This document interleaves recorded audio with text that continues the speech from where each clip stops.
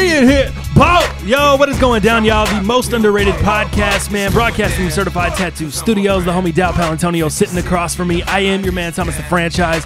JJ Stringstein here at the end of the table. 50 Cent, even though it's episode 51. I forgot to do this the last episode. I was going to drop in with 50 and 50 episodes, and then JR came in. We had a guest. What are you going to do? Yeah, I got all distracted. But this dude, I remember this shit used to come in so hard. When I first heard this album, I was like, this shit is the truth. Yeah. All the work I put in, all the stores I drove around to, driving to different towns in order to get the album.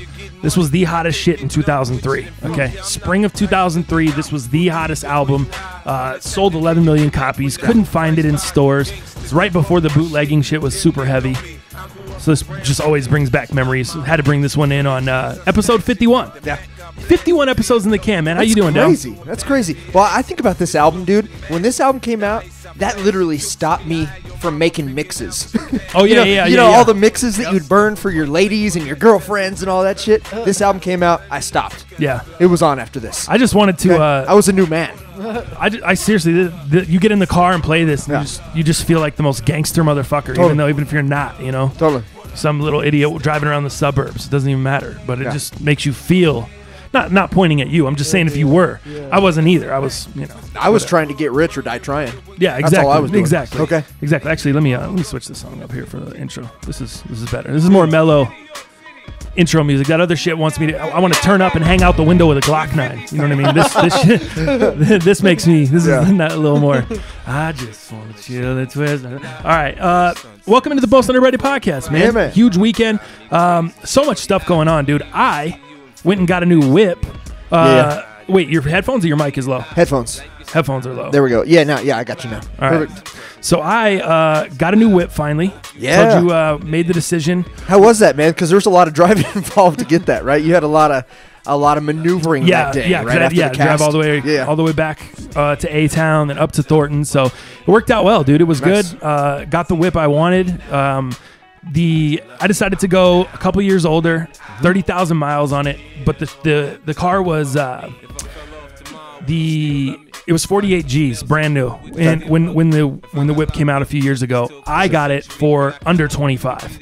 Oh, nice. So, dude, that tech package, under $25,000, twin turbo, the sport package on the whip. You saw it, super sick wheels, blacked out.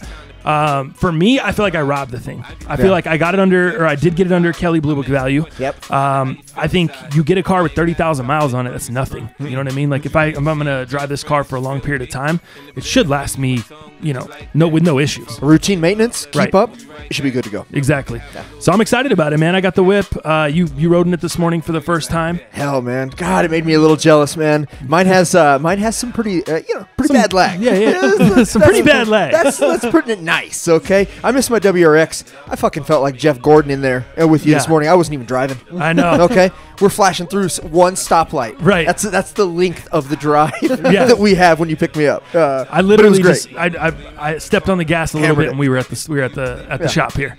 You definitely gripped it and ripped it. What was your WRX and horsepower and shit? I think it was like 240, 260 stock. That's it? That's it, dude. Damn, that's But remember, it's only a 4-banger. Right. That's a 4-silly, okay? So this shit's 315 with the twin turbo. Dude, it's almost too much. It's almost too aggressive because I take off from a light going down Broadway here, and all of a sudden I'm doing 60. I'm like, what is going on? I'm not even trying. I see no problem with that. Yeah, right. You're the one telling me on the way, this is just what you need. Racking up. That's what he said. He's like, this is just what a guy like you needs. Me getting all kinds of tickets. Yeah. I can't wait till we have a date at Bait, and we have to rob those guys of their shoes. And we got to get there quick. And we ain't getting there late. No, I'll tell you that. We ain't missing late. no fucking raffles. If they get there at 11, we'll be there at 10:50. I'm not a big exactly. I'm not a big car guy, but this is the fastest car I've ever had. That's tight. It's nice to be able to have that flexibility. If I need to go, I can go. My old car was okay, but just a 4-cylinder. I don't know. I think it was like 175 horsepower. Considering that you raced when you were younger, I would have expected you have a faster car. I guess I mean street, and I wasn't drag racing. I was racing like stock cars on circle tracks and on dirt and shit. Yeah. You know what I mean? He was in controlled environments. Right. Yeah. I was racing Oh. on dirt. It wasn't like drag racing, okay. like you know. I thought like Need for soup Need up for the motor. Speed No, type shit. no. Stock car racing, dude. Okay. Totally different Yeah. game. Come on, JJ. This guy's not Dominic Toretto, for God's sakes. I don't even know who that is. That's the guy from Fast and Furious. I haven't seen it. Vin Diesel. Yeah. You haven't seen Fast and I Furious? think I've seen maybe one episode. I'm the worst Fast and Furious. Seriously? You mean guy. one movie episode? Oh yeah, one movie. Yeah, One I'm sorry. movie? Yeah, well, they're basically like episodes. Dominic Toretto over here. The way they're God. cranking them out. Yeah, no doubt. But yeah, man. So the weekend was good. Picked up the whip. Then I went and got a new couch, dude. So, Oh, did you? Yeah, through the old couch. I Alright. remember Wait, the other that couch. was a I nice had. couch. It was nice, but it was budget. It was a budget ass model. Okay. Honestly, the best thing ever would have been to keep that. The best thing would have been to keep that couch because it was the perfect couch for staging for my place. Yeah. Because it makes the living room. It kind of you can open it. It looks good. But I couldn't do it anymore, bro. My back was killing me. Yeah. I was getting back problems. I was getting scoliosis out the ass. I was getting neck issues. Mm-hmm. I was using half the bottle of Pure Spectrum CBD, rubbing it on there, trying to Right. get some relief. So I was like, babe, we got the new whip. We got the SUV now. We got to go get a couch. I can't be messing with this couch anymore. Totally. It was an expensive weekend. Or I guess end of the last week. It was an expensive week. Yeah, you know? sounds like it. Though. Then I went and got my old car washed and cleaned and detailed, dude. Spent like, a 150 good 150 bucks? Exactly. Yeah. Big package. Got the seats shampooed, all that stuff because I've given that car to my girl, so I want to make sure she has a nice car to start out with. I don't want to just be, oh, here you go, deal with my mess and my bullshit. Like that's rude. So I wanted to make sure she her shit's looking right and feeling right for her. She gets in it, feels nice, feels clean, feels new to her. So went and did that. The new couch, there was this furniture store closing by my crib. And so we got this love seat. And dude, it fit in the back of my SUV just perfectly. We had to take the backs off because they just snap in because the love seat reclines. But so it's a couch, but it's not really a couch. It's like one of those couches that's got two oversized seats for each of you to kind of sit, and then they both recline. So the whole thing reclines. Yeah. Dude, super sick. Perfect for my place because, my living room area. For some reason, I'm an idiot when I bought this condo. I buy a condo that has a huge kitchen. I don't cook for shit. I'm never in the kitchen. And this condo has a huge kitchen, but it's got a tiny living room. And I'm a living room guy. Like, what am I doing? You know what I mean? Like, this is just first-time home buyer issues or problems. Well, you're buying a new one, so exactly. Well, I'm now still. you know what to look for. Yeah, I'm hopefully getting out of this one. Exactly. You live and learn, but it's just stupid. I every time I go in there, I'm like, what was I thinking? Like, this is so dumb. I was in such a hurry to get in a place and get out of my aunt's place. Well, my house had burned down, and if you follow the vlogs and all that stuff from the past. But anyway, the love seat we got super nice. So now we got the love seat in there. We got the two recliners. So the living room's right, dude. It's good. It's better. That other couch, it was killing me, bro. Yeah, I was breaking my neck. I was messing up. So that was kind of my weekend. Caught a little UFC. Dude, watched the Leaving Neverland documentary. Oh, Conley, you did? Dude, Conley hit me up. He's like, dude, you have to watch it for the cast. I He's can't, like, I "You have can't to." do it yet. I was about to hit you up and be like, dude, Dallas, Conley said we have to watch this for the cast. Yeah. I had to watch the fucking R. Kelly shit. Ugh. You need to. Oh, damn. I need to cursing watch for no reason. I need to watch both, and I just don't want to. And I'll tell you my little story about Michael Jackson, dude. Obviously, grew up with Michael Jackson, idolized that fool. Greatest pop star of all time. Yeah. Arguably, right? And I was actually at his concert on the Bad tour at I thought they were going to say McNichols. at his condo. No, I didn't go to his condo. I definitely didn't go to Neverland Ranch. I didn't do that. But I was at McNichols Arena and got to see him on the Bad tour. So we lived in Kansas at that time, and my mom had some family friends up here, and the husband of my mom's best friend, he actually ran a limo company. So I was able to get dropped off at a house, take a limo all the way to McNichols Arena to see Michael Jackson there, dude, on the Bad tour. Dude, so how bad did you feel, bro? dude, it was so bad. It was so, dude. That's you, dude. I mean, That's tight. I'm looking for the man in Wow, the that's mirror. pretty good. Yeah. Yeah. I love that one, man. That's my tune right there. That's dude. pretty good, Dal. Looking to Jeez, why don't we change- just have you sing the open? Looking to change his ways. Right. Okay. Love that Right. song. But that was the first time I actually smelled marijuana smoke, man. What do you know about marijuana smoke? At the Michael Jackson show? get Yeah. secondhand So high? here's the great thing. So I was with my mom's friends, so I don't know them very How well. old are you? God, I think I was 8 at that time. 8, eight, I Okay. believe. Yeah. I'll have to check my facts on that. JJ, will you look that up? Will you make sure I was 8? Yeah. Thanks. Sure. I appreciate I got that. you beat. I was smelling marijuana smoke about 4. Fair enough. That's dead ass. I think I was Serious. too, but my dad was just smoking. I think he smoked Camel Wides, Marlboro Reds at that time, so it was mostly cigarette smoke. He'd smoke the weed away from us. He'd have 2 things going. He'd smoke the weed and then he'd smoke the cigarette right next to it to mask the smell and to shit. mask it for sure. But I was It at this. smells different. I was at this concert with the family friends, and dude, I just couldn't stand it, and I was complaining. Obviously, I don't remember it that vividly. I remember the smell and just how shitty it was for me, that experience. Yeah, Wait, the show was shitty? The whole no, experience? just that smell. Like, dude, it was so intense, man. Because we were way up in the rafters, dog, at McNichols. So, like, all the smoke was coming up. Dude, just hit me. Like, I couldn't breathe in that motherfucker. I couldn't, dude. Just breathing in. So, you were up top. I was up top, so all the smoke was Yeah. rising, dude. I was just getting hit with it. Yeah. You know, no Andre rising for sure. But I was at a monster truck rally like that one time, and you get smoked out up top. Were I was you like, exhausted? Oh, yeah, exactly. Oh, wow, killing him, Dale. Dude, totally exhausted. But here's the good news. So the family friends that I was with bought me a concert tee. Oh, okay. So I was able to Sick. mask my face, through this Just T-shirt. gas mask type thing? and help myself out a little bit. So I had You still have it? I do somewhere. So it's worth money, It's dude. in the mom's house, and I don't know. I think it's probably a size medium, so it was like super big big on me at that time. But I'm trying to find that. But I did find the collage that my mom put together for me, man. So she took all the newspaper clippings, dude, and made a nice collage for me from that concert, dude. So Wow. I should have that concert tee at the house. I do have the collage that my mom made me actually in one of my dressers as safekeeping. So great experience, dude. So I do not want to watch this documentary. Here's why you need to see it, dude. I do not wanna Here's watch it. what's so fascinating about this Did you documentary. watch it? Watched it. I don't want Oh, to see no. Macaulay Watch the entire Culkin thing. No, it's- have to talk about him getting abused. I don't want to. It's nothing to do. No, Macaulay Culkin's in it. He doesn't get interviewed. Okay. He's in it just. Macaulay said he never had any abuse. They just talk about certain news things. Okay. Here's why I actually thought the R. Kelly one, dude. It's long, bro. It's like 7 or 8 parts. Oh, is it? An hour or so each. Like it's a long. It's an adventure. You got to be ready, and you got to really. You got to knock it out, dude. It's a thing. This is a 2-part series on HBO, Leaving Neverland, 2 hours each. So it's 4 hours total. Okay. 2 2-hour parts. Still long, still not. But it keeps they do a good job. It keeps your attention. Here's the reason I'll tell you it's so fascinating. For me, a kid that grew up in the NSYNC era, the early Eminem era, the TRL era is what that was. Sure. It was the Carson Daly, the TRL era, dude. That's Limp where Bizkit. Yep, 13, aged, 12, 13, 14, 15, all that when TRL was hot, that's I was the bright age, That was dude. you. I was their primetime client, right? So I remember seeing NSYNC and seeing Backstreet Boys and seeing Eminem and seeing these artists get really big in that time frame because of TRL. And do you remember a gentleman named Wade Robson? Doesn't sound familiar. Okay, so I didn't realize until probably an hour into the documentary, holy shit, that's Wade Robson, dude. And Wade Robson's being interviewed.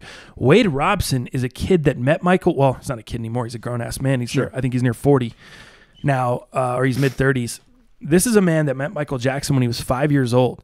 Now, he gets interviewed for the documentary, dude. This is a guy that choreographed Britney Spears' whole huge tour, the Dreamland tour, the Oops, I Did It Again time. Sure. He choreographed the whole big NSYNC tour, all the stuff that they were doing when, tearing up my heart, all that shit was big. Fucking, NSYNC was huge. So Wade Robson was this star choreographer, dude, and I knew Wade Robson Project. He had his own show, like a dance show, like a where he's gonna find dancers and find unknown talent and stuff. Sure. Dude, so Wade has done so much in the entertainment industry. I didn't know he was in the studio with NSYNC in part of the documentary. He showed clips of him in the studio with them producing records. Like, this guy started out as a dancer, dude. He was strictly a dancer, and the thing that got him into dancing was Michael Jackson. He started out literally idolizing Michael Jackson from a young age, just loving him and growing up. And he said he watched every tape, and he would throw on the Thriller music video and rewatch and rewatch and rewatch at 5 years old or younger than that, and just learn every single movement and every single head snap and everything that he was doing. He had this little bad outfit, and then it turned into almost kind of an obsession, dude, a love for Michael Jackson. He permed his hair. He had this, he was a 5-year-old kid, had this crazy permed hair, this Michael Jackson outfit, and he went to this competition and he won the competition, and got the opportunity to meet Michael Jackson at a meet and greet. Huh.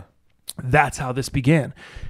He was sexually abused by Michael Jackson from age 7 to 14 for 7 years. Wow. He never looked at it as abuse because of the manipulation and because of the friendship that he had with Michael Jackson. He looked at it as, I'm Michael Jackson's friend. Michael Jackson constantly manipulated him in the mind.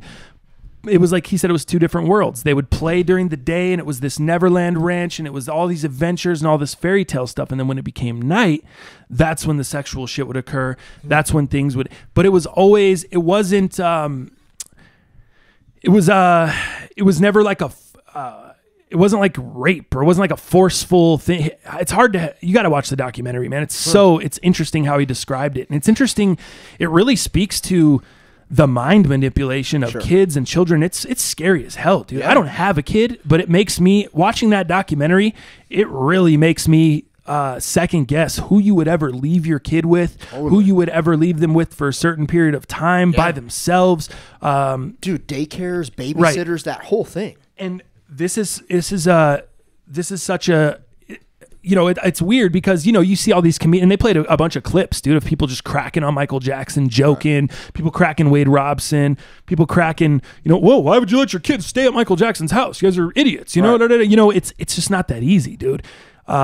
These are families that have kids that have just loved and idolized this guy, and he is 2,000 times bigger than R. Kelly ever thought about being, dude. Yeah. This is a starstruck star on a different level. When you meet this guy, when he's inviting you to their house, it doesn't matter that you just knew him for 4 hours. You're going to let your kid go play with the guy. You're going to let him go out because he's Michael to you. He's such a nice, So Wade's mom talked about him coming to their house just because he was lonely, and he would stay over at their house for 2 years, a period of 2 years' time. He was just coming over a few times every week, just staying at their crib, just sleeping wherever. Like, she felt like a son, or he felt like a son to them. Sure. It was a crazy documentary, dude. And I thought this was, I was more fascinated by this than I was the R. Kelly one, because the R. Kelly one, to me, not that this wasn't disgusting in certain aspects and certain graphic stuff, but it was so fascinating to me. It was such a learning experience. It was such an eye-opening experience for someone that doesn't have kids to, hey, when I do have kids, this is some shit you got to watch out for. Yeah. Are there people manipulating their mind? Are there people manipulating your children, turning them against you? Because it was so deep. And Michael is so childlike, and he's such a weirdo, dude, that he obviously had some shit happen to him when he was young. Sure. There's obviously the rumors of Joe Jackson and all that stuff that went on. We don't, it's all alleged, but something happened to Mike. Definitely something happened to him. Yeah. There's no way you turn into what he turned into. Seems like a learned behavior. Yeah. He's kind of a weirdo, dude. So the way he manipulates the parents or talks to the parents is similar to R. Kelly. He gets in with them, and he gets kind of manipulative with the parents. I think Michael was even closer to the parents, and Michael was better at it because Michael was lonely. Sure. Michael was naturally lonely. It wasn't all... here's the thing about Michael that I definitely learned in the documentary too. As much of a creep and a weirdo, and as disgusting as these acts were, Michael, this was not the only reason or the end all be all. Michael was legit lonely. Michael legit wanted friends. Yeah. And I think these were friendships that grew into that sexual aspect or whatever happened. It's a weird thing, man. You got to check it out. I liked this better than the R. Kelly one. I thought it was still disturbing. There's still graphic parts, but Wade Robson, the story of Wade Robson and the other guy, Jimmy, that's involved in it too, or James. And there's more kids that weren't interviewed for the thing. There's other kids that they show. But dude, just the ability for them to be able to talk about it, and the ability to take child abuse and what happens when someone gets molested or gets abused as a child sexually, how they take that into adulthood. Yeah. We don't think, your mind almost thinks, okay, it happened when you're a kid. Like, now you're an adult. It's over. You know what I mean? Like, you can kind of move. Dude, no way. Not at all. No way, dude. It's like it's paralyzing. It's crippling for their relationships. Yep. For the rest of their life. They're trying to have girlfriends and trying to have normal lives, and what a healthy relationship or relationships look like. It's puzzling. And well, dude, and Wade went to court multiple times, and told everybody, no, he never touched me. Told court multiple times, no, he never touched me. When he was going for court cases, when there was these other allegations, Michael Jackson did not get locked up. Probably 80% because of Wade Robson, dude. His testimonies and his testifying was so strong, and he spent so much time, the 7 years, with Michael at the ranch. And if he's saying no, which he's lying, because he felt so ashamed and he felt so. Michael put this in his head that, hey, if anyone finds out, we're going to jail. Us, we. He kept reiterating the manipulation. Exactly, the mind manipulation, dude. That's what's so fucking disgusting about the whole thing. But it was fascinating to me from a learning perspective. I was able to take so much from that and learn so much from that, not only about people that have been victimized or people that have had child abuse occur to them and what their mindset might be and how they may be feeling. Sure. I learned so much about that. I learned so much about just how my own kids or family member, what I would, the things I would make sure of, the things that I, it's hard to talk about, dude. But they're just, it's so much. It was more of a learning thing for me than anything else. So that's what I really found fascinating. And I found it fascinating how Wade was able to come out of this on the other side and be such a force, dude. We're talking, like I said, choreographed some of the biggest tours in pop music history. We're talking about a guy that produced You Got Served movies, dude. Wow. We're talking about a guy that has millions of dollars, dude. There's no reason he needs to sue Michael Jackson for money. After he came out and decided to sue Michael Jackson, everyone was like, now you're suing Mike. Of course he got a ton of backlash because this is the guy that just said Jackson never touched him all these years growing up. And so now nobody believes him. But when you see the documentary and you see Wade in there, you're like, dude, there's no way. There's no way this guy's full of shit. Yeah. There's no way. And that's what sucks. And that's what I'm trying to say is we as society make these people feel like crap. We make them feel, we make them feel like they're wrong because it's Michael Jackson. Right. This guy's an idiot. This family's stupid. Yeah. This family just wants money. It's Michael Jackson. Yeah, they're trying to get over it. Yeah. And now, you're coming out all these years later? No way, dude. The guy's dead and you want to try to get money? Yeah. No way. Who are you suing? The dead guy? Right. Yeah, the trust, whatever. Right. So it's like Wade is in a terrible position because at the time, it's not like someone can just come out and say, oh, yep, this is what happened,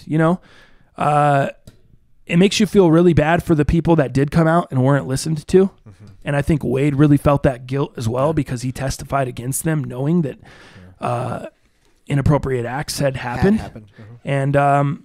And dude, it's super sad, man. But it's definitely something that I looked at it as I learned a lot from it. I would say the amount of guilt that Wade has carried is and will continue to carry, for the other people that have been abused. I think that's the biggest takeaway for me without even watching the documentary yet. And I say yet because I think I will eventually watch it as to my dismay. But I'm just glad he's dead, dude. Yeah. I'm so glad he's dead. I'm so glad it's over with. And I think that almost makes it for me a situation where like if a Michael song came on, I'm kind of like, whatever. I'm not like, I gotta, I don't know. For some weird reason, I think it's because he's dead. I just don't have. What if he was alive though? I think I would have a more of a creep aspect and I would think I would have a different view. I don't know why. I wish I could explain why I feel. This is one day after watching it. We watched the first part Saturday night. We watched the rest of it yesterday morning. Yeah. Would he fall as hard as R. Kelly's falling right now? Oh yeah. Yeah. Or harder. Yeah. I don't know. I think he'd commit suicide. I don't think Michael would go to jail. Yeah. I don't. You just jump out of a building? Dude, he would get freaking killed in there. Yeah. You know how child molesters already get killed in jail. You know what I mean? It wouldn't be good. And I'm just glad he's dead. Yeah. I'm glad he's already done. I'm glad he got what came to him. He died at 50 years old, not a long life by any means.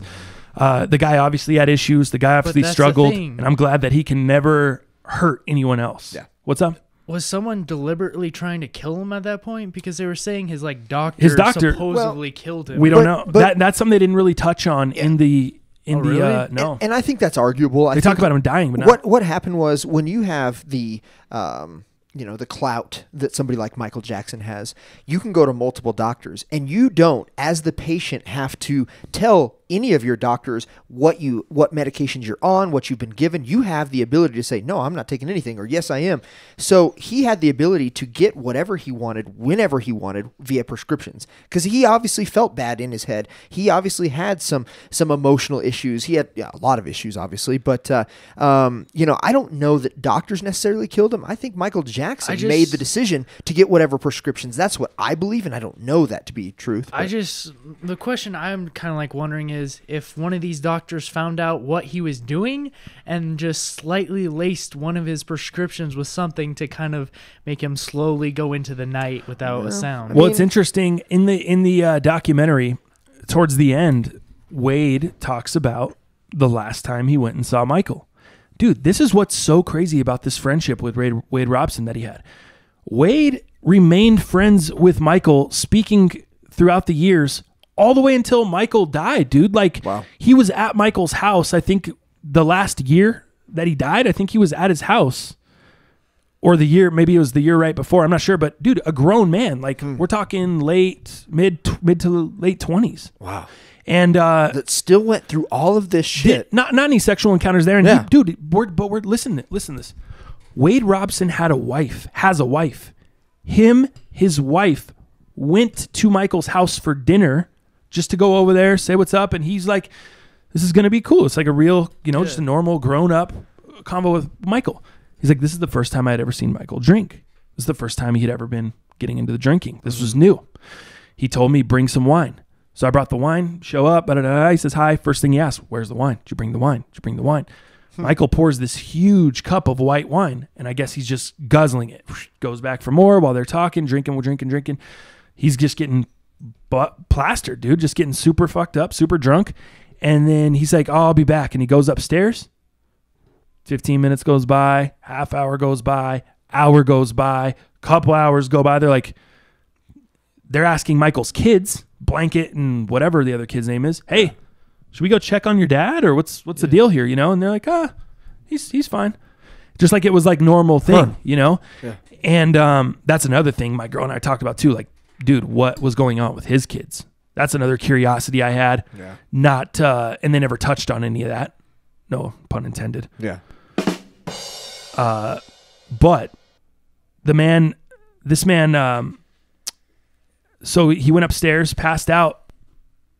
Just passed out, dude. Just like it's the normal thing. Left the kids there. It's getting late.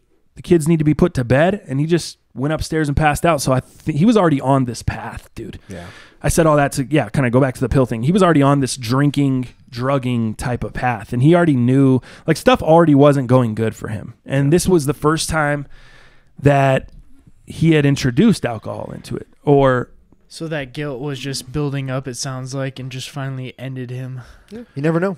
He didn't say anything to his wife. Had asked him before, like when he told him about the Michael stuff, and then the next trial came out and the next round of accusations. That's even crazier to me. His mom crazy asked him enough to marry that man and have kids with him. Who, Michael? Yeah. Well, that's the thing they touched on a little bit. It was all like cover up marriages, dude. They were not real, like. They were just relationships? No, they were just like cover up things in the public. Wade talked about it. He said Michael had told him, like, hey, you're going to see me being around some people, being around some women, and it's for the public, and da-da-da-da. Like, we just to keep, Yeah, he told him all that stuff. There's a lot of, like, crazy details. There's, crazy conversations. They talk about the first time that they got a fax machine, and him and Michael would just send faxes, dude, like 50 faxes in a day, like just writing all kinds of different stuff. Hey, miss you, love you, da-da-da. What's up, doo-doo head, apple head, da-da-da. Call it like these nicknames, and just like a kid, dude, like a legit kid. There's so much of this shit. He's like a freaking big weirdo kid. Yeah, and I've heard that before. Yeah, yeah, and then with doing all this kid shit, and then at night, and that's the thing. It's not like when Macaulay Culkin says he never got touched, I believe it. I believe he was just there hanging out, having fun with Michael, because Michael was smart about it, dude.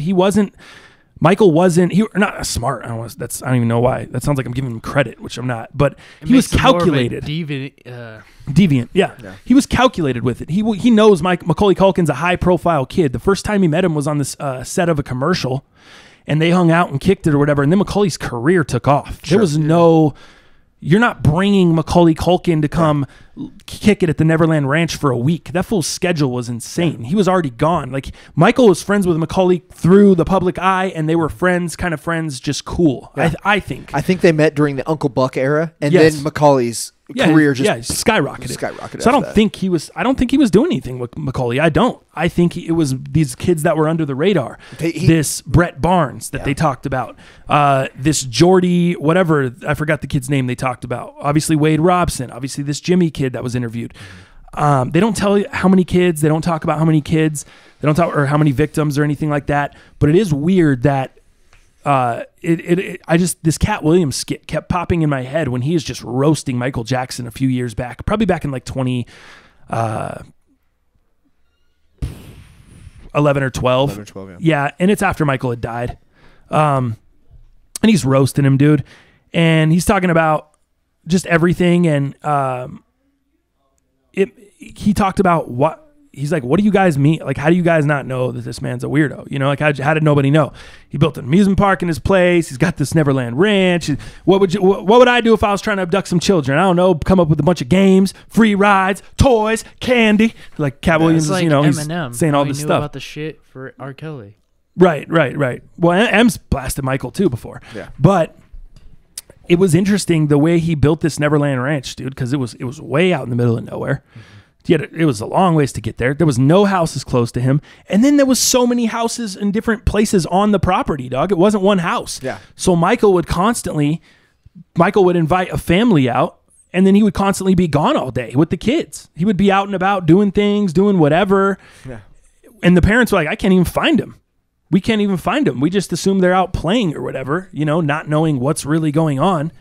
And it's just so predatory. It's so weird. Yeah. It's like, man, did this man think in his mind, I'm going to buy this place. This will be cool to meet kids, bring their families out here, keep the families isolated over here, and then while I'm sexually assaulting the kids over here on this side of the property. You know what I mean? Like, it makes you, and that was never spoken about, or like, it was never like, this is why he bought the ranch. But in my mind, I'm looking at it like, how calculated was this shit?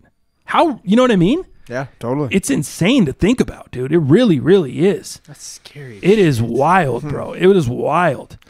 We'll see if I end up watching that. I think to put a capper on that, some of the since this documentary has came out, there's been a few different entities that have obviously stopped, either playing his music and or any affiliation with him have dropped those things, right? So we look at The Simpsons. Simpsons had an episode with Michael Jackson on it, right? So the creator of The Simpsons has come out and said, we're no longer going to have that on airplay. That will not air anymore. We've pulled it, right? So that's one. Good. They should. Yeah, and I think that's great. Yeah. And now you're starting to see a lot of radio stations, like several stations around the globe, right? Let's talk about Australia, New Zealand, and Canada. They've all decided to stop playing anything that has to do with Jackson's songs or anything that has to do with him production-wise, right? Okay. But then you look at other stations. Some are refusing to actually pull the late singer's music from the lineup. So we're seeing music station or radio stations kind of at a crossroad as to what are we going to do. It's such a weird spot. Yeah. It's such a weird spot for them, dude. Not only, and I think it's weirder than the R. Kelly shit because he's dead. I think that's what makes it weird for them. Yeah. You can't convict a dead guy. You know what I mean? Like, totally. What do you do? There's not going to be any. He's had 2 days in court. He was found not guilty on both of them. Now you have a documentary that comes out detailing allegations from multiple sources. So you have their word, but you don't really have a day in court that he was found guilty. You know what I mean? So it's a weird position for these radio stations. And for a guy like me, I don't think it's weird at all. I'm like, pull the shit. Because I've seen the documentary. I know what's up, but if you haven't seen the documentary and it's kind of like, I don't know, maybe, I don't know. Maybe you thought he's a weirdo. I think before the documentaries and stuff, I already thought he was a weirdo. I was calling him Wacko Jacko right before he died, towards the end of the early 2000s, from 05 to 2010. I think he died in 09. So I was calling him weird. I knew he was a weirdo before then, I think a lot of people did, and I think everyone did, except for the super fans. The real super fans, the ones that are just, starstruck. They just couldn't. They couldn't see it. Yeah. They couldn't see past the superstardom. Mm-hmm. Yeah. But I'm with you. I think I think they should pull all that stuff. Yeah. You I know? think what's great now in this day and age is, yeah, we're a lot more sensitive as a society than we ever were, but we're also a lot more in tune with helping victims. I think that's great. You know, I think we're in a world that helping promote victims and helping them get off, you know, give them a platform. I think it's a great time in the world, you know, starting obviously with the Me Too movement. That's kind of what brought all this into light. Now we have documentaries bringing things up of the past, of people that are dead, the people that are alive still. So I think it's a great time in the world to, you know, to put people in their place and keep people in check and to try to do the right things now because we have the media and the outlets to do so. That being said, I do think the world and society is more sensitive than what it ever has been as well.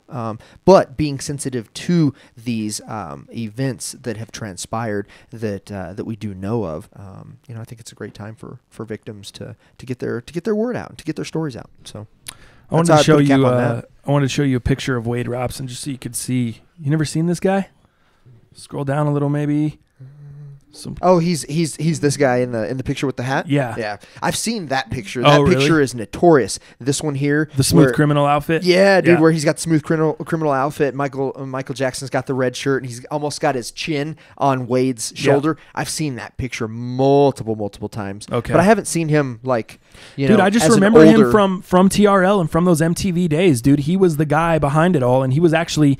Like, they gave him a lot of shine. He was actually like a front man. Like, I see in the documentary, they show videos of him and Justin Timberlake in the studio together. They show him and Justin and JC like going through a couple different dance moves and kind of pop locking and stuff, getting ready for tour.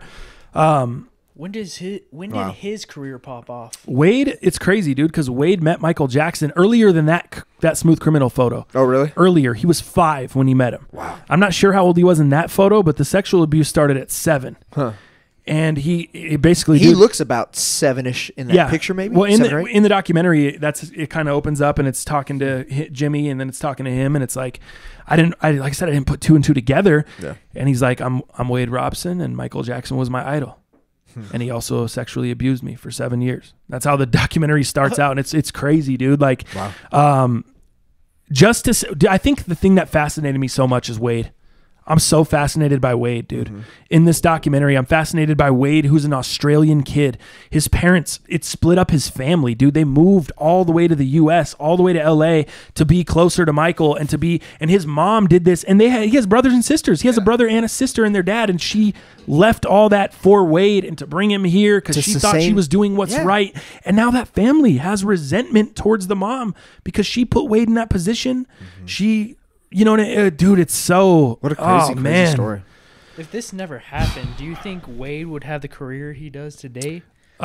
Dude, Wade was sick, bro. Wade was such a sick dancer at a young age. Super talented. Like, I'm telling you, he... It wouldn't have had mattered. When you could see... Well, I think he still would have had to move to the U.S., But I think his mom was willing to do that, dude. I think his mom was willing to move to the U.S. even if they never met Michael Jackson. Yeah. I think she was still willing to do that for Wade because when they first moved to here, it wasn't like... I don't think they said they didn't see Michael for like a week or so before or maybe it was a month. I don't remember when they first got here. Like, it wasn't like he was in close contact. And that was something that that was notoriously a pattern for Jackson too, is he would have these boys. He would be really close to the boy, really close to the family. He obviously had a really busy schedule, so he'd be on and off. All of a sudden he'd pop up on TV with another boy. And they'd be like seeing him on TV or seeing him places, and they'd be like, who's that boy? Oh, who's that boy? What is going on? You know, and for us as people, how did we not know?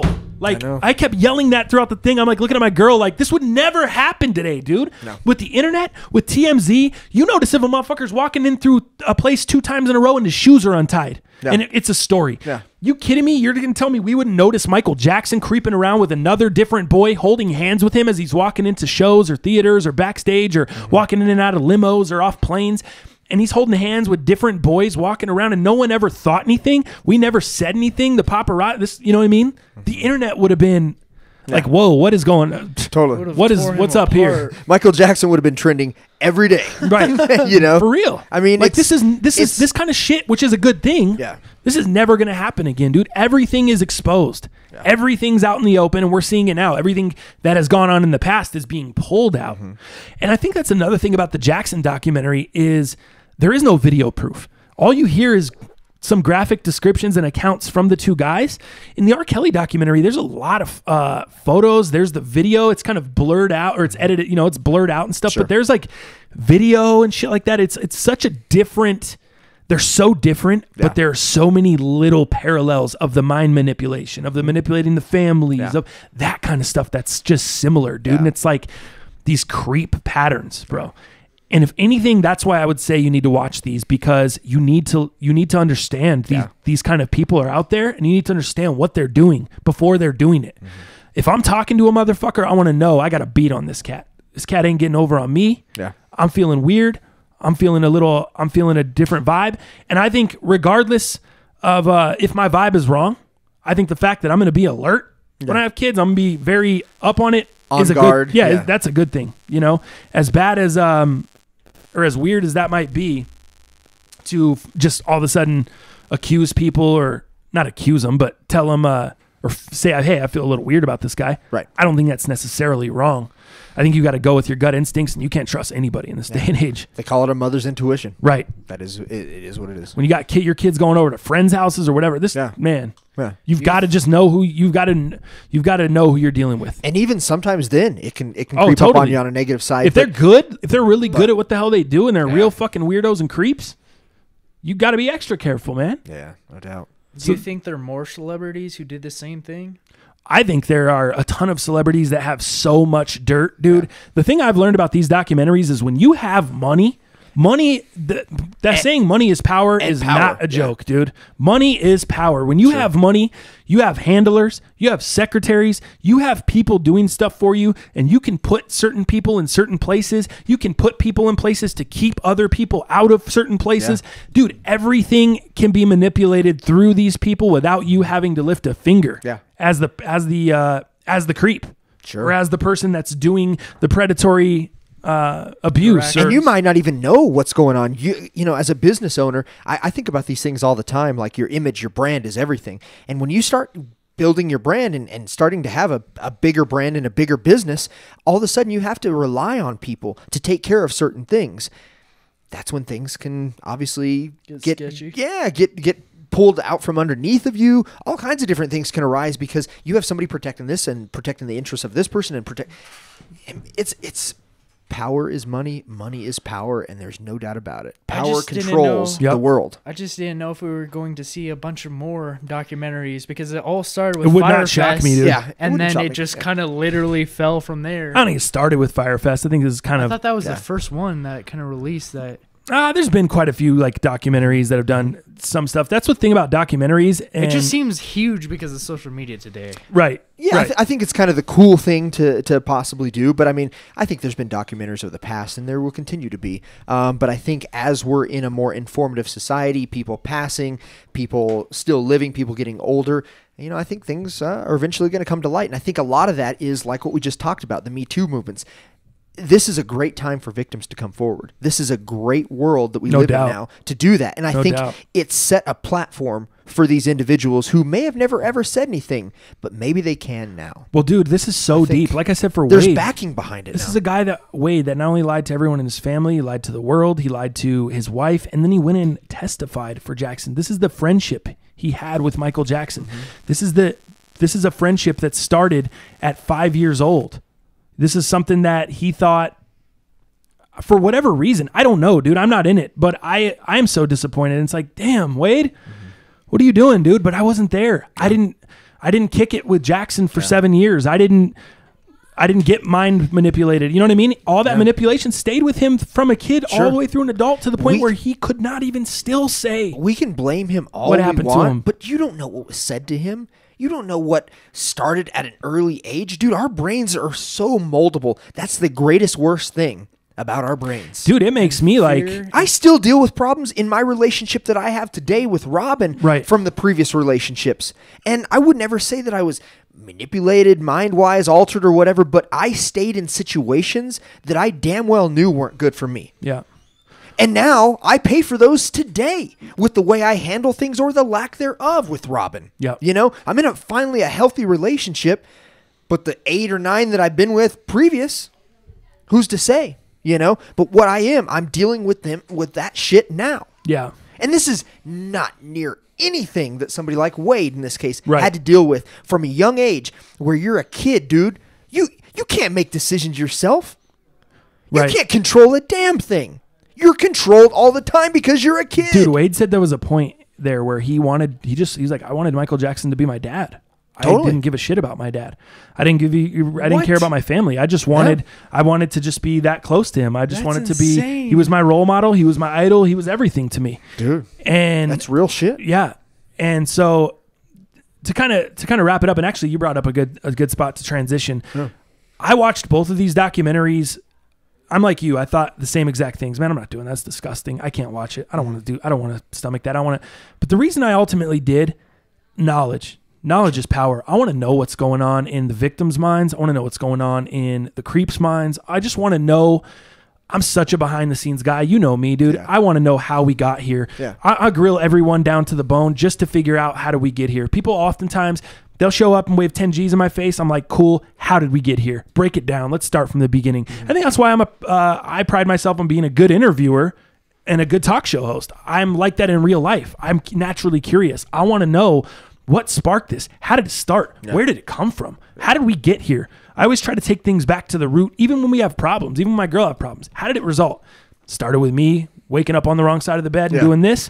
That got you to react this way at 4:00. Yeah. It was me. I'm sorry. Don't forget- I fucked up from the beginning. Don't You know forget. what I mean? Don't forget to eat breakfast. Right, exactly. Like Okay. I try to go back to the beginning with everything, and I was just naturally insanely curious, and I wanted knowledge, dude. I wanted to know why. I wanted to know what to look out for. I wanted to know how did it get here? How did this happen? You know? And for me, those were the reasons, dude. That's the reasons that made me really want to watch these. So, and I think you get a lot of answers, and you get a lot of there's a lot of teachable moments, dude. There's a lot of learning things that you can learn as a parent. You can learn as a person. You can learn as just talking to another person, manipulation tactics, tricks, mind tricks that people pull, bullshit that people do. You can just learn a lot, man. You can learn a lot. So segueing from there, you brought up you and Robin. How's the thing going? You got the doghouse. Everything's cool. Yeah, You're man. staying out the doghouse. You know, like I alluded to last time, you know, what we were talking about with counseling in our last episode was, you know, my tank being a little light, right? And am I selfish? Am I doing the right things? How do I take care of myself? I think we're still there. And, you know, Robin and I actually had an issue throughout this past weekend. And again, it comes down to communication, and I think we still do a pretty good job. I don't want to take anything away from, you know, what we've started to build and what we're getting more consistent with in a good way. But I will tell you this, communication is vital. We all know that, right? But there is no such thing as over communicating. And even though that you guys know kind of you're on the same page or whatever, with something like this, what I found out as a man, I'm just talking from me as a man, it is hard to admit vulnerability. It is hard for me to admit weakness. So if I'm down on my luck, I'm not feeling very good, my, you know, just my overall outlook in life, even though I've got a lot of great things. We've got the podcast, you know, we're growing subscribers, we're doing well, we're giving people content that they enjoy. We're getting some gifts, for God's sake. Yeah. If that's not validation, I don't know what to tell you. You know, Robin has been a great person in my corner saying, hey, you know, you're doing a great job, you're doing the right things. I'm having some success even at work when I'm not as happy as I want to be. Not in the best spot that I want to be. I want to be running my own business. But that outlook, in the heat of the moment, I don't feel that. I don't see that. So I think what came to fruition this weekend was I just wasn't telling Robin, I wasn't informing her of that and the magnitude of that. It was more like, oh, Dallas is down on his luck. You know, he's just having a rough day. It's deeper than that. Mm-hmm. It's deeper than that. And I think last night we actually had a dinner date. We went to this new Mexican restaurant down called Los Dos Patrios. Okay, which is actually the second restaurant. They have one off a county line in Quebec, but they actually have one in Parker now. So we hit that up. Very good. So if you like Mexican food, great place to Los go. Dos Patrios. Los Dos Patrios. Okay. A little spicy, but it was really good. So Robin and I were able to kind of talk through that and give her more of my outlook, or the lack thereof, that I have right now, and or how negative it is. And she was just able to kind of remind me of the positive things, and that's cool. But the problem with Robin is she's so smart, man. She's just like you, right? They want to know, where did it start? Where are we now, and where are we going? Yep. And for me right now, in the place that I'm at in my heart, it just says, let me just let you know how I feel. Okay, let me just get my feels out real quick. Let me try to be okay with those feelings, right, and then let's move on. I'm not ready to move on. I'm not ready to offer a solution yet because I don't have one. So let me keep in my feels a little bit because this is new. I don't want to admit how I feel. I don't want to admit vulnerability. It's weakness. tough, yeah, especially as a man. So I'm trying to just be okay with that, number one, and then I'll be ready to move on. I don't get it twisted. I'm a man too, and I want to fix shit, and I want to fix things now. Or else what are we doing? We're wasting time. Right. But I think it's important to acknowledge the feelings and try to understand those before you start, having somebody else, for God's sakes, Robin in this case, offer me solutions, because I don't even know if I'm okay with these feelings yet. Let me just try to understand these real quick and be okay with them, and then let's move on. And it's kind of a slow play, unfortunately. So that's what we talked about last night. So that was really good. Outside of that, dude, this weekend, I was not watching a monster of a documentary like you were, because I'm afraid to. We had at work, right, with T-Mobile, we had the Galaxy S10 launch. Oh shit! So we had 3 new premium devices come out, and I'm sure Stringstein's going to be tuned into this as a fucking Android king over here. But actually, once I get the money, I'm going to switch to an iPhone. Ooh, are you? Good man. Actually, I really need that. Let me give JJ a shout out here. JJ got a little promotion. He's going to be here at Certified Full Time. He was kind of doing some part-time stuff here. Over the weekend. So, big shout out to JJ getting promotion. Good for you. Not too far away from the money. You might have some money sooner than you think. You might be able to get yourself a little iPhone. Actually, that's what I hope. Maybe I can really need it for this job, considering how many solutions I could solve so easily by just having an iPhone. Right, because we deal with Apple, dude. Just MacBooks, iPads. Sure. You see the 2 iMacs back here. Being able to airdrop stuff, especially big videos, file size. Being able to airdrop those to a phone, still maintain the resolution and maintain the quality. That's my biggest thing. Yep. Dude, there's something to be said about an ecosystem. And you can be an Android fan. That's great. There's a lot of great things Android can offer. There's a lot of great things Apple. But I think if you have an ecosystem that makes sense and makes life easier, that's the solution. That's it, So good. But yeah, we had the S10 launch. I'll tell you this, man. Couple cool colors. Yeah, dude. There's a few colors. There's like a blue. There's this iridescent white that's pretty fire. There's obviously the typical black, and there's in the new big models, the 10 Plus, they have a flamingo pink. So you said there's 3 models that launched? They are. Tell me about the 3. Okay, you have the Galaxy 10e.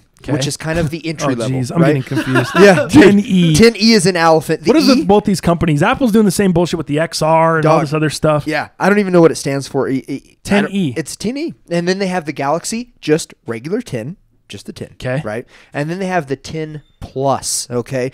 And the cool thing is there's small differences between the 10 and 10 Plus. Really, it's just the size of the screen. Are they still edged? They are curved glass. That being said, the 10e is not. The 10e is not. Oh, okay. Which is pretty sick. I thought that was only like a special model. No. Well, so you're talking about the foldable. Are you talking about the foldable glass? That's a special model. I'm just talking about where the glass screen is just curved. The curve like yours, how it has the edge. Does yours have the edge? No. Oh, yours that's what doesn't I'm have talking the about. Yeah. I thought that was like a special model. No, there was phones called the Edge after yours, but now we're a couple of years past that. That's older. These are just curved glass screens. They just come like that. They're not called the Edge. They're just that's the direction Samsung's chosen. And to go. they use something called the infinity screens, which literally, like JJ, if you look at your phone, see how they have bezels on the top and bottom that separate the screen. It's like the iPhone 10. Yeah, exactly. It's that infinity screen. So they have maximized their screen. It's like my sunroof and my whip. You bet. True. That thing's huge. Yeah, dude. From front all the way to the back. Like JJ was in there the other day, sitting in the back seat. I pushed it. Things going over his head in the back seat. Yeah. Super real. Anyway. Let me tell you about 2 awesome features to this. So if anybody gets the 10 Plus, whatever, these guys actually offer wireless charging from the phone. Now, you can charge your phone wirelessly. You've been doing that. iPhone now does that, right?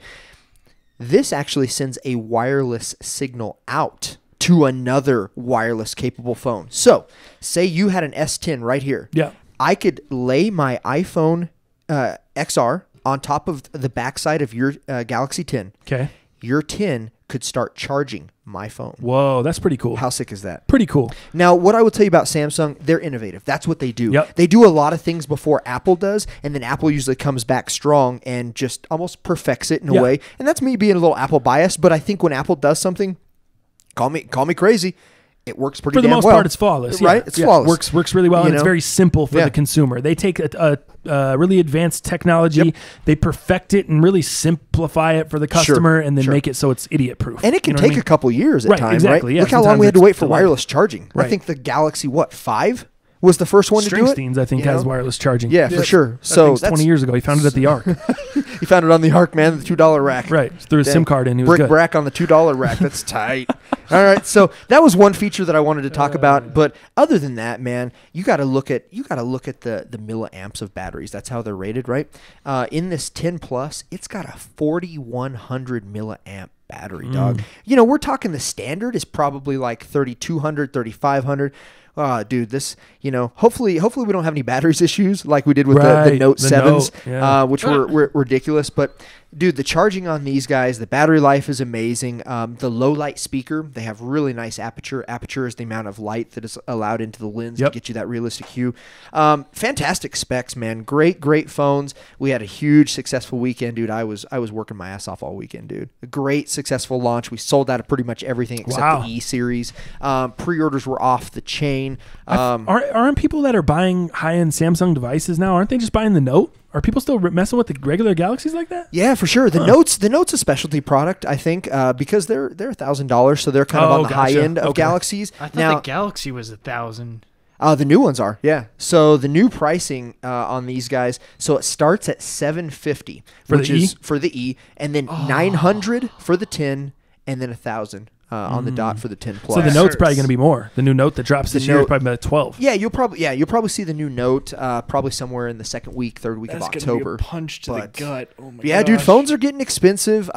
You know, we have a lot of great upgrade programs, leasing, installments, that kind of stuff. You know, where you don't have to keep your phone. But damn, with these prices, you almost think, like, man, maybe I should turn into a serial phone monogamous because the specs they have in them, dude. These are higher than most basic computers that you go buy at Best Buy, right? Yeah. You know, so and our lives are really built around these things. So pretty cool, man. So it was a crazy ass weekend. Outside of that, I bought a new accessor for the whip. Oh, did you? I did. You're upgrading the whip already. Was it a supercharger? Oh, I wish, man. So in the Forerunner? Yeah. if I hang out with Franchise maybe this week, maybe Thursday or something like that, I got today off. Did you know that? That's the worst. I'm Dude. jealous. I'm so Remember tired how right I now. talked about Mondays, how they were the worst, either last cast or the one before? Yeah. Dude, I got the day off today. I worked a Sunday. It's my first Sunday I've worked in like probably 4 months. It was okay. Sunday's a short day. We've talked about that, right? It's a shorter day at the shop. What happened to me and Springsteen last week? We had to work Sunday for 303 day, and we were off Monday. And I was so you were jealous. eating your D. I had to go to work. Oh, yeah. Now you're off. We're eating our D. Yeah. We got the time change to deal with. I'm freaking sleepy. Yeah. You know, what are we going to do? Hey, It's man, a maybe rough we'll morning. trade whips today. Let me borrow your whip. I'll leave my whip for you today. Let me just Jeff Gordon that thing, man. Fair enough. So the accessory that I ordered for the whip, dude. So obviously I've got a 4-wheel drive machine. I Yes. need to get some rims. I need to get the tire. Dude, how is an off-road package Forerunner gonna come with summer tires? Wait, you got the off-road package on yours, and it didn't come with No. off-road tires? No. Bullshit. Absolutely not. Nice one, Toyota. Now they're a great brand of tire. I think they're a Bridgestone. I can't even remember now, but great tire. It's a summer tire. Yeah, that's weird. It's like a summer rain tire. There is absolutely no tread. There's no off-road tread. They're not even all-terrain. They're not even nothing. It's the worst. That's so how they make money, my man. yeah, absolutely, dude. So I need to get new rims and tires. I'm going to get the TRD package or the TRD Pro package rims, which are super sick. I haven't decided on the meatiness of the tire that I'm going to go with, but I just bought the actual. So you know how most all-wheel drive vehicles or four-wheel drive vehicles, you know, whatever crossovers, they have the roof racks, right? Yeah. So you can Ski rack, attach to cargo ski rack, racks. whatever, yeah. So it's a car. Yeah, they're just like regular roof racks. The initial Edge I was looking at had that, and I went with the one that had the better motor, not the cargo rack. I don't blame you. Yeah. I would have done that. Yeah. Easy for sure. So these have just the basic racks on top, factory racks, and then you can add the ski racks to that. You can attach, you know, whatever you want to do. I actually bought a cargo rack, and the reason I bought that is, yeah, I mean, it gives you a little bit more versatility of what you can haul on top. Yeah. Because of the cargo aspect to it. But the TRD Pro, which is one model above mine, and you're paying an extra $10,000, $12,000 over invoice, which is crazy to me. I would never do that, especially here in Colorado. But they have a stock cargo rack that looks so sick. Dude, there are Really? so many cargo racks that you can buy in the world, right? Yeah. dude, my mechanic. My Subaru mechanic who works next to the Toyota dealership, which it's almost, they're all ran and owned by the same people for the most part. Right. Called him up and said, dude, I need that rack. I need that rack that comes on the Pro. I need racks on racks. I need the rack that comes on the Pro specifically. That is the best rack. That is the one that I want. That rack retails for about $800 plus tax. 800? I ain't trying to get that rack. It's because it's OEM. You need that rack, bro. It's because it's OEM. It's harder to get, right? Dude, that rack is so on back order because they in Colorado they just can't produce these fast enough. They can't get enough pros out. So I called in a favor. And he says, "What you need, man?" I said, "I need that rack. I need that rack." Okay. He says, "All right, man. Let me let you know. So he looks up. He gets back to me and he says, "How does $300-$400 off MSRP sound?" I said, "Can I get 4?" No, just kidding. I didn't say it. So I said, "Hey, sign me up." And he's like, "Dog, we're looking at 2 months back order." I said, 2 months? I said, "Dog, see what you can do. Hit me back. I need it faster than that. Hit me back. I need the rack. Hit me back on the rack right now. I need the rack attack now." Okay, why do you need dude, it I was so just fast? Dude, when I buy something, I need it now. That's the way it is, right? Yeah. Instant gratification. Already ready. Yeah. What are you buying it for Yeah. if you can't get it now? Who's pissed right now because I don't have the inertias in hand? We'll get to it. The only reason I order shoes is because the cast. I'm like, screw it. If I can't get them now, at least we'll get it for the cast. At least Other we'll than have it for one of the I hate episodes. ordering shoes. Yeah. I hate ordering shoes. Yeah. If I can't get the shoe now, that's why honestly, my collection, if I could get every shoe now, if I lived in LA, New York, somewhere else where I can get every shoe now, even for resale, my collection would be, I'd be so broke. Yeah. I mean, yeah, anyway. For sure. So I got Instant the rack. gratification. He got back to me and he's like, "All right, man. How about a week? Order it now. Let's go."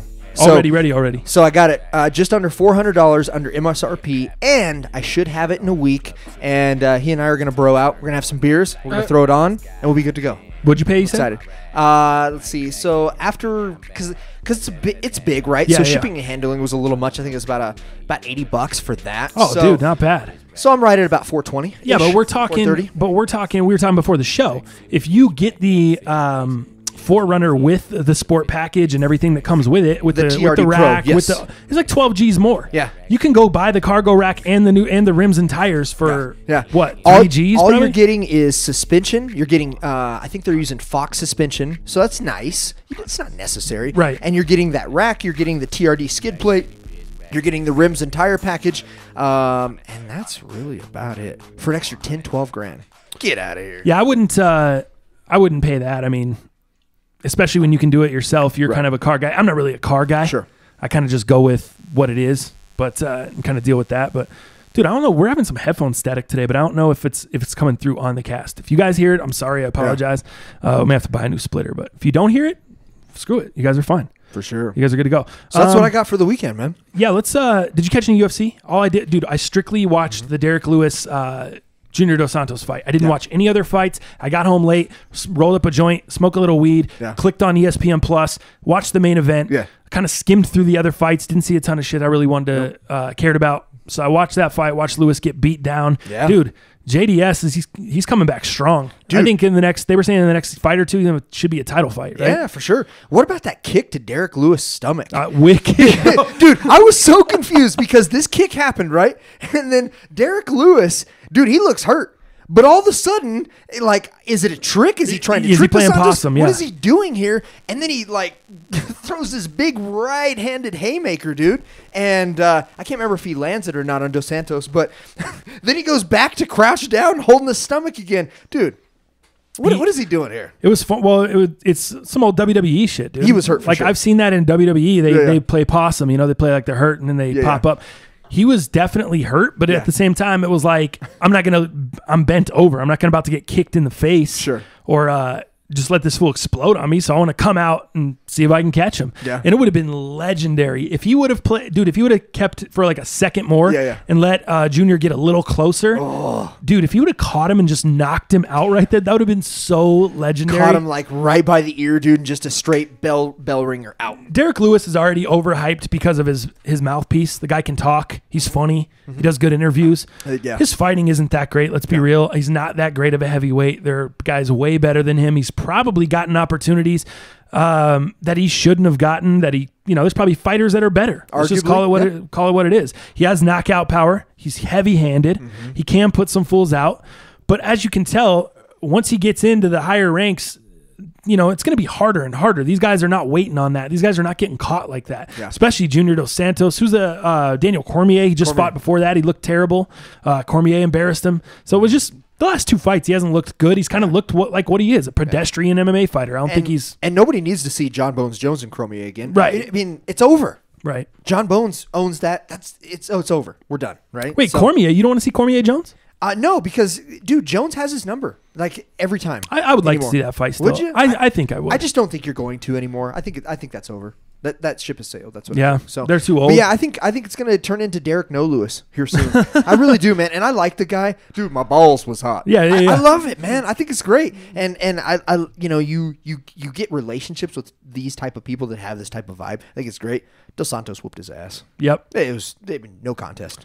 Not even fun. Yeah, so that's the only thing I saw of the weekend. I didn't really tune in too much either. Did you see, however, Dana White was not at the fight? No, I didn't see that. He was too busy. He was too busy watching the Lakers and the Celtics courtside. How about that? Wait, he was just at the game was he with like some celebrities or friends? I think it sounds like he was with his two sons. Oh, I can't even fault him. Yeah, I'm not even for sure on that. But you know what? I can't fault him either, because a guy like me that came from Kansas, oh, dude, Wichita's the asshole of the Kansas. Yeah, I would never go to Kansas for sure. Like, there's no reason to go there. No, and I don't even hate that Dana White. Why did they have there. the fight there? I don't know. That's weird. I can't tell you on that, but yeah, nobody wants to go. Was to it at the Allen Fieldhouse? Where was it at? Yeah, no, that was just down the way. Allen Fieldhouse is still in Lawrence. Oh, okay. Yeah. Oh, Lawrence. That's right. Lawrence. Not Wichita. Yeah. Did they play where they have the fight where the Shockers play in Wichita? Ah, did they? Ron Baker was out there? Or what? He might have, yeah. Ron Baker, dude. Is he still playing for New York? York? He's in the league, yeah. He's still... I think he's clinging on, running around somewhere. Bench warmer at New York. I missed seeing that guy in the tournament. Baker, every year, 4-year starter. They were in the tournament every year. Wichita Shockers. I just knew it was tournament time when I saw Ron Baker hitting the court. Wild man in his hair. Draining threes. Love it. White boy. That's good. Love it. Funny shit. Dude, Wichita was crazy. I have a little story with that. That's, Wichita was the big city, one of the bigger cities in Kansas, right? That was where your mall was? Dude, that's... Is that the closest mall you wanted to go smell a mall? You could drive about 3.5 hours. Smell a mall. Yeah, you wanted to go 3.5, almost 4 hours to Wichita, or you're going to go 4.5 to Denver. We chose Denver. Oh, shit. Right? Really? Dude, because at that time, we were going to Westminster Mall, man. That was the mall. Gotcha, yeah. That mall was the shit. That's where the loitering, that's where you would drag, I don't even know what street that was, to the north of the mall, but you would drag that street, and that street was facing the movie theater at Westminster Mall. I know and you exactly. would drag that street, dog, and you just loiter the hell out of that place. Westminster Mall was the mall at that time. So we always came to Denver, but Wichita, again, butthole city, get out of here. They had mad sneaker stores in there too. Westminster Mall had mad sneaker stores, and they just had like mad urban shit. Dude, that's where I got all my jerseys. Yeah, exactly. Like back in the day, Yep. my Larry Johnson, my Dominique, my Spud Webbs, my Muggsy Bogues, dude, all of those guys. Yeah. That was the mall. Yeah, that was the shit. My D Brown Omni-Light pumps, got them. Let's move into sneakers and fashion, man. We'll come back to the Antonio Brown situation. I want to talk about that, and then we can kind of look at some of the big-time free agents, look at the YouTube comments as well. But let's jump into sneakers, man. We've been... I spent too much time on the damn leaving Neverland. Yeah, this morning. totally. It was insightful. It's yeah. You still haven't really talked me into watching it yet, but I think I will. If you knew who Wade was, you'd be more intrigued. Yeah, for sure. All right, give me. Let me see. You got some shoes. Let's go ahead and take a look at those before we jump into the release. Oh, you have them on feet. I actually don't you? have them on feet today, so I don't usually do that, but I had to match the sick Deion. Let me see the box jersey first. I haven't even seen the 1 sec. box. Yeah, you got the. That Dallas John got the, Denver's full of shit. That John Denver's full of shit. You didn't even hear. I just bumped the John Denver sound. Oh, shit. I was That guy's full of shit. Oops. I was trying to move the iPad, but Dallas has got the Deion Sanders Atlanta Falcons throwback today. Pretty sick. Is that new? Newer. I got it. New-ish. Yeah, a couple months ago. Nice. Yeah. Pretty nice. First time to wear it, though. No, didn't want to get the stitched on numbers? No, because I couldn't find one for the right price. Right, so, yeah, they're expensive. So dude, way too expensive. This one was like $90, Oh, $100, right, I think. Right. So let me see the back real quick. Give me a little spin in the chair, fool. Oh, or you just stand up. Yeah, that's. Oh, you got the nameplate still stitched on. That's pretty nice, dude. That's still a nice jersey. I think it's the on the field. Yeah. Is what they call this one. Right. You know, so it's not the authentic or whatever, but the on the field. So still it's cool, sick. man. I like it. So check these out, man. So these are what I'm wearing today. So obviously I had to take them off, but start with the box, man. These are the Chinese New Year Pharrell Williams Hue Solar Glide STs. Dude, this box. So it's like it kind of looks like the Eddie Huang Ultra Boost box with the red. Yeah. But then you got the but instead of sliding out, it has look at how that it's like a magnetic hit. Yeah. So you got the magnetic on the side. So it's magnetic here and then it just pulls out and opens up. This is actually a pair that I've seen. I don't know if I've seen them under retail, but I think I saw them restock a few times at retail. Thought about popping. Same thing, instant gratification. I also don't own a pair of these Solar Hues. So what's the sizing like? You know what? I would say true to size, but damn, they're narrow, dude. When you try to get your foot in there, they are narrow as a mug, bro. Really? Oh, my God. Like, even for me, so I went true to size, so I got my 10. But to have a little bit more space on the opening, so think of it like an Ultra Boost mid, right? You know how it's a little harder to get your foot in there? Yeah. Same kind of thing. This opening is so narrow, dude. So I might go a half up if I were you. I don't really have any room in the toe, per se. But one thing you got to know about the Solar Glide STs is... See, I've only worn them today. It's my first time. You can already see creases in there. Okay? Weird. So this mesh actually creases, which is weird. My orange ones do the same thing, the clown joints. Yeah. That being said, if you went too big, if you went a half size up, I think your creasing gets even worse. So I still need to go with 12. I'd still say go 12, but man, just know that this is narrow as shit. Did these Go ahead. Did these shoes come out before or after those clown shoes came out? After. Okay. Yeah. After, yeah, because all the Chinese New Year, so it's part of the Chinese New Year pack. So all of that time where all of that stuff was coming out. What do you mention? When you're saying the opening? I'm sorry. Is it squeezing my ankle bones? Is it going to be uncomfortable if I'm wearing a short sock, like an ankle sock, or what? Yes. Or a no show? I mean, yes. Really? I think so. Until it stretches out, dude. Look at the opening. Just I know you don't wear that size, but look, put your hand in there. Just look how narrow that is. It's hard to tell. It's really hard to tell unless I can put my foot in the shoe. It doesn't look. I don't know. It's hard to. By looking at it, I'm not like, oh yeah, this is gonna scrape the crap out of me. You know, I don't know. Damn, that makes me. That's so weird because this looks like a great summer shoe, which I'd be wearing with a no-show sock. Yeah. But I don't want to deal with ankle rub for a week. And see, I just haven't wore my. So this is my second pair of Solar Glides. I just haven't worn them enough to know. I will tell you the comfort, bar none. Great, just like an Ultra Boost. Don't even worry about it. Even more support than a typical Ultra Boost, as you see with the just above the midsole there.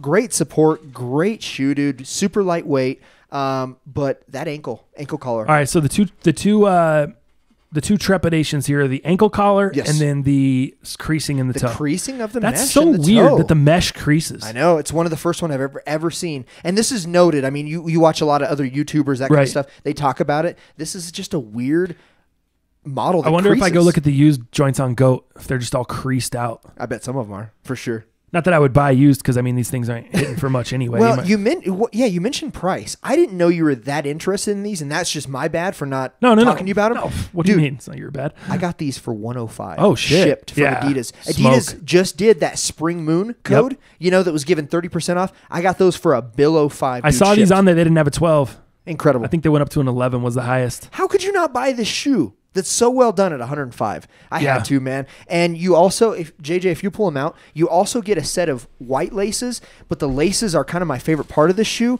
because they're 3M. The white have the 3M hits, and then the black pair, which is what I put in. I think you went right with the black pair. You got to.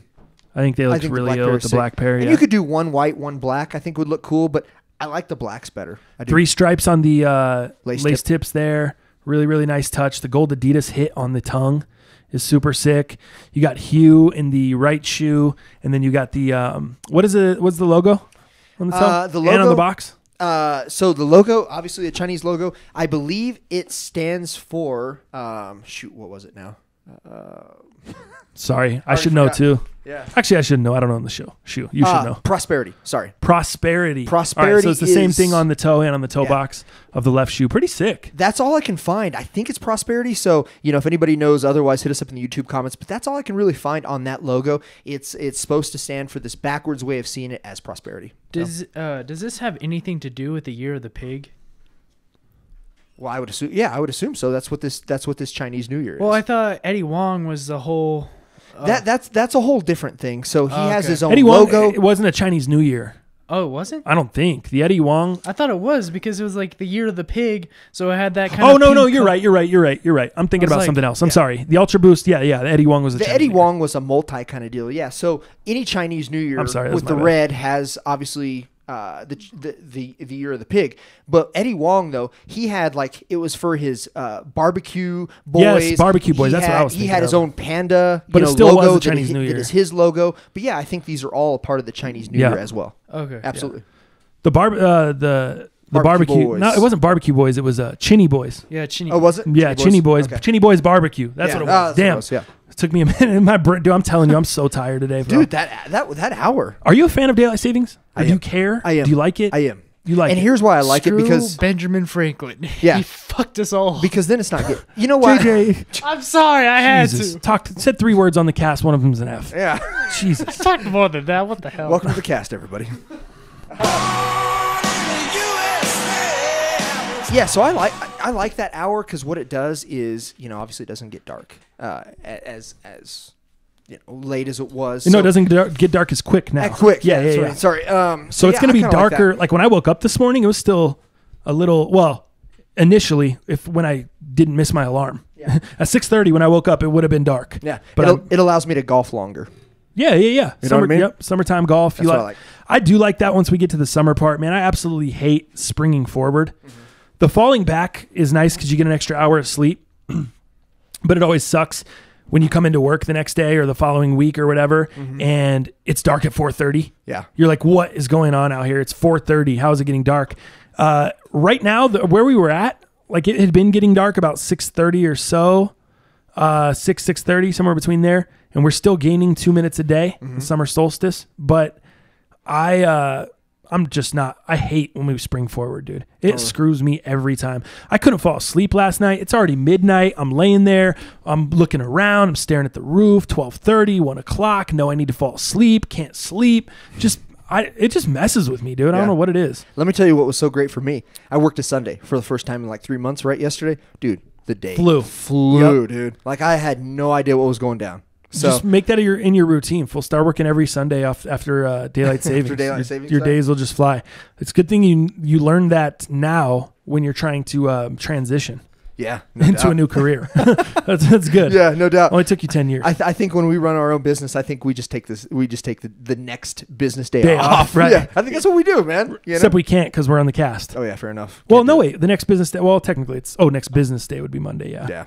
Because it's always on Saturday nights.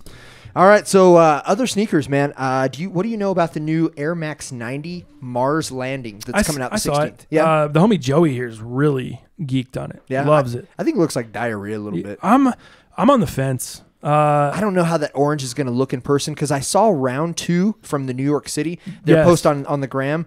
That shit looks like a little diarrhea colored to me. Ooh. I don't know, man. I think I might be out on this, but as you may or may not know, I think in 2014 was when they had the moon landing. Yes. Air Max 90s come out. Yep.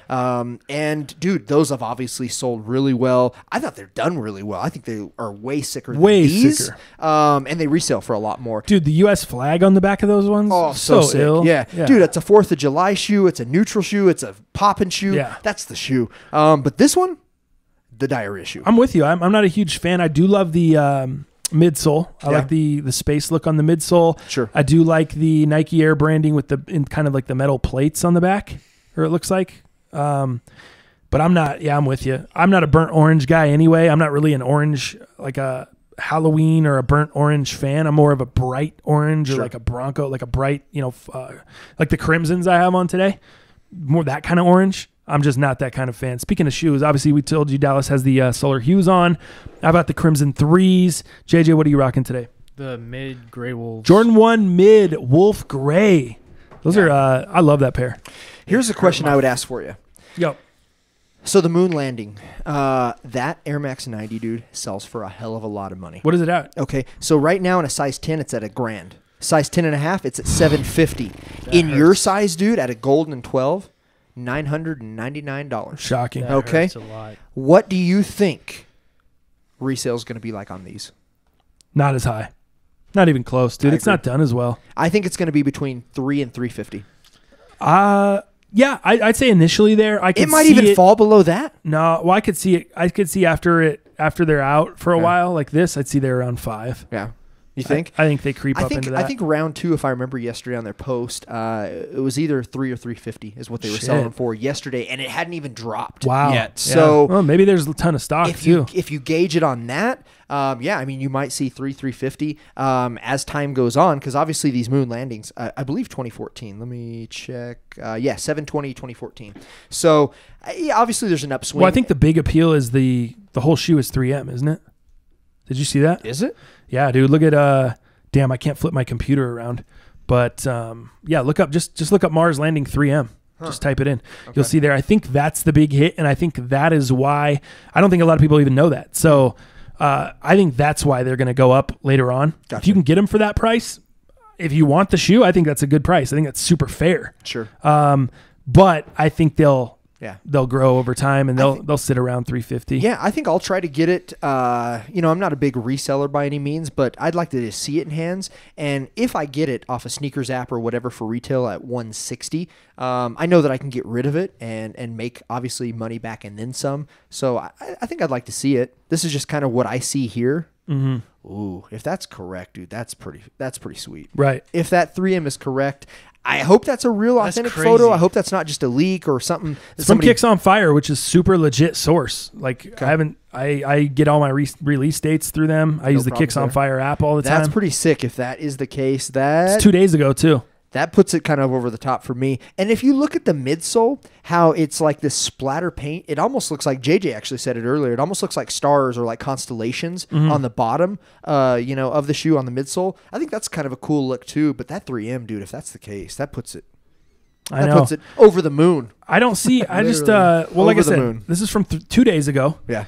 And I just don't see why it wouldn't be, oh, dude, yeah, look at, damn, I can't turn my computer. If you go to the Kicks on Fire website, the link that they have here from March 8th shows the stock photos, and that's one of the stock photos, dude. That's fire. Listed in here. That's cool. 160. Let's see. This eye-catching colorway is an iconic Air Max silhouette and is meant to mimic the surface of the planet Mars. Mars stone and magma orange come together. The graphic upper, along with a black for a truly crazy looking appearance, metallic silver accents on the tongue and heel tab, bright orange laces, and black midsole with gray specking throughout the midsole and the design of the shoe. An additional feature include a translucent outsole and full reflective 3M upper. Wow. Early reports have the Nike Air Max 90 Mars landing releasing March 16th for 160. So there you go. Kicks on Fire reporting that. I think we have to try it. Dude, one of us has to try to get it. Full 3M is pretty dope, dude. JJ, that actually makes the shoe look sick. Are you going to try to get a JJ for us? No. You just got to raise. What do you mean, Steam? Man. I saw you drinking Starbucks frappe chape latte shits this morning and a protein cookie. The worst thing you want to do, and I see people do this all the time, when they get more money, they usually get this feeling or this kind of hype to spend more money because they're able to. Right. So the best idea for me is to kind of not necessarily keep living the same life I'm living right now, but just to kind of really save the money so I don't go overboard. Stringstein, give these young people some financial advice. Yeah, there we go. All right. Yeah, young kids out there, if you start making more money, doesn't mean you got to spend more money, okay? Yeah. Just listen to my man JJ over here. Yeah. You get more money, don't spend more money. Boom. Cool. Outside of that, obviously it's not this week, but the Game of Thrones Ultra Boost collection is right around the corner on the 22nd. Who's ready for Season 8? Yeah, dude, which is in April, correct? So you got the shoes the month before. You're good to go. So You're you got a month to watch 7 seasons.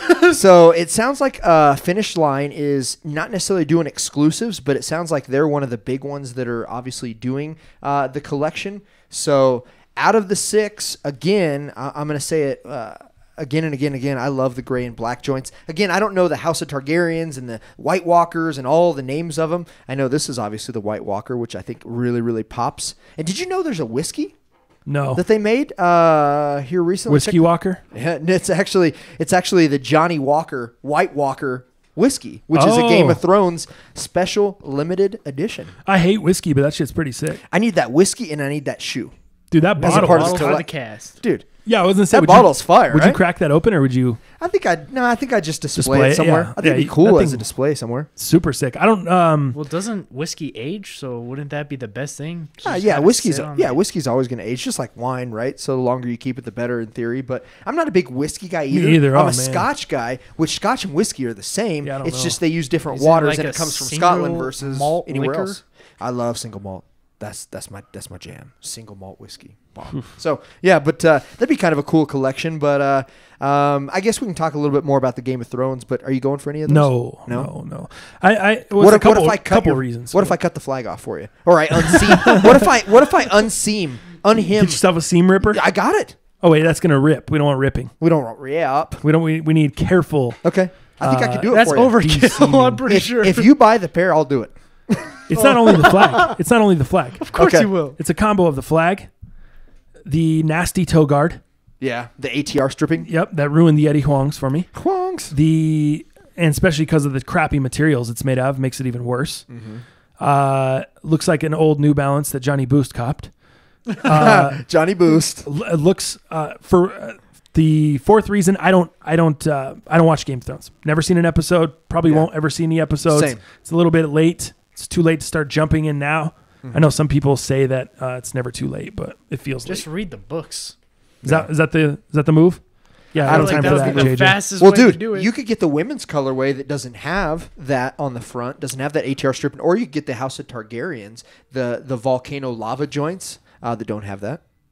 That's the only pair, the black pair. Yeah. House of Targaryen's the only pair I could really possibly rock Mess with. Yeah. Possibly. And I'll still take the flag off for you. I promise. I'll do it well. The ones on the bottom, the women's colorway, they kind of look like the pair I already have. The we have both had them at one time. Oh, the strawberry joints? Yeah. Yeah. This is a little different red. It's a little like maybe more crimson, dark red, but those strawberry joints, those were pretty fire. Then the gold. I sold them. Right. And then, yeah, it looks like the strawberry crimson's got the boosted stripes. That's all. Right, exactly. Boosted stripe treatment. I don't know. I'm not jumping out the window on them, man. I got to get the New Balance joints. I got to get the Johnny Boost gray and black suede toe guards. It totally does. It looks like you feel. It looks like a Dow shoe. That's a Dow shoe. If I sure. could see a Dow shoe, that looks like it, dude. Yeah. You got the dark boost. You got the trail outsole. You got the New Balance, all ATR stripping around the toe box. Yeah. You got the stripes on the side there, boosted stripes look. Dude. If it wasn't for the Game of Thrones collab, it would just been an. Another Ultra just Boost, been an yeah. Ultra Boost GR. Look at this one. This one here looks like a parlay. Just a That GR one catches parlay. my eye when I first look, but the more I look, I'm kind of like, I don't really need it. We have a parlay that looks just like that, you and I, for the most part. There's no, without the ATR stripping and the leather totally. cage. Yeah. Just take the But it's stripping like a- off. What? I don't. You can't take the stripping off. You can't. Stripping off what? The There isn't ATR even any off the toe stripping. guard. There isn't even any. Off the toe guard. I don't think you can take that. Oh no way, dude! You That's fuck up like the shoe. down into the boost. Yeah. Like It's I bet like- you it goes underneath It's like the melted into the Right. boost. I bet. Ooh. You can't take that out. It ain't stitched. No, it's not Stitched. stitched. Aside from that, I think the only other update I have on shoes, dude, Tinker Hatfield made an appearance at South by Southwest Festival. Wow. He did. So he talked. Stepping out. He's stepping out. And let me tell you what he stepped out in. That's why this story is relevant. But course. before that, he basically, during the discussion or session, he talked about the Nike Mag, the Hyper Adapt, the Adapt BBs, the 3 self-lacing shoes that he actually designed. So it was more of just kind of Q&As about that. I don't know Did how... he mention that they're all bricking on Androids? I don't know. In this article, it doesn't mention that, but it just mentioned kind of the tech and how he got to, his inspiration behind it. What actually EARL, the first HyperAdapt, stands for. It actually stands for, what was it? Electro-Adaptive Reactive Lacing, which is kind of cool. Speaking of, And that was the $720 pair, that first came out? Yeah. The different colorways? Yep. did he talk about the Nike Mag and how he came up with that? Yeah, he does. Yeah, he just, like I said earlier, he discussed the Nike Mag, the Oh, my HyperAdapt, bad. and the My Adapt bad. BB that he helped design. So what he actually stepped out in, though, was a pair of Nike Reacts an unreleased pair of Nike Reacts, which, you know me, man, I'm a big React kind of guy. I've got 3 pairs of the Element 87s, love it. How did you react when you saw those? Oh, I was pumped. Ooh. But let me see if I can get you a sick photo here. Not really a great one, but it's very colorful. So you got your greens and your oranges, you got your React midsole, but it almost looks like it has some of that Adapt BB stuff. It's got big circles built into that midsole, and I don't know if that's for structure, response, agility. I don't really know, but it's an unreleased pair of Nike Reacts. That's as much as we know, but man, they were eye-catching. For me, on what do you think? First impressions? I just need them to. I need them to make the shoe like a regular shoe. Okay. If it's once the self-lacing stuff and the technology catches up to the design, I just don't want to make the shoe huge and bulky to have that technology they don't really care about in the beginning. Like I don't need that. It's not a necessity to me. Right. For me, the whole thing about the shoe is either comfort or look. Mm-hmm. I don't care about the lacing or if I have to tie it or if I'm going to I'll figure the lacing is what I figure out when I get the shoe. Sure. Do I want to tie it? Do I want to just lace it to the top? Do I want to hype beast lace it? I figure all that out. That's what gives me creativity with the shoe. I'm honestly not that big of into the whole self-lacing thing. I think it messes up like the look of the shoe. Yeah. It takes away my ability to do what I want to do. You got to have laces for you. It. Yeah, totally. So I'm not a big fan of it to begin with. And then on top of it, once I do start seeing these models, or when I did start seeing these models, they look super chunky and super GR, like a oversized chunky pair of shoes that I'd see at Ross. Yeah. You know what I mean? Not to mention they were heavy. They weren't. Comfort wasn't there. So the look wasn't there for you. The comfort isn't there for me. What are we doing? That's what I'm saying. So with him wearing those, I can't. It's hard to tell from that angle whether they look less chunky or whether but it's that they're just still on that first gen shit. You know, they're gonna evolve. It's gonna get better. Just like my drone. When I first got it, it had 18 minutes of flight time, and now it's up to 35 minutes. And it's just that first gen shit. It's just going to constantly keep evolving and get better, but I wouldn't cop now. Yeah. No.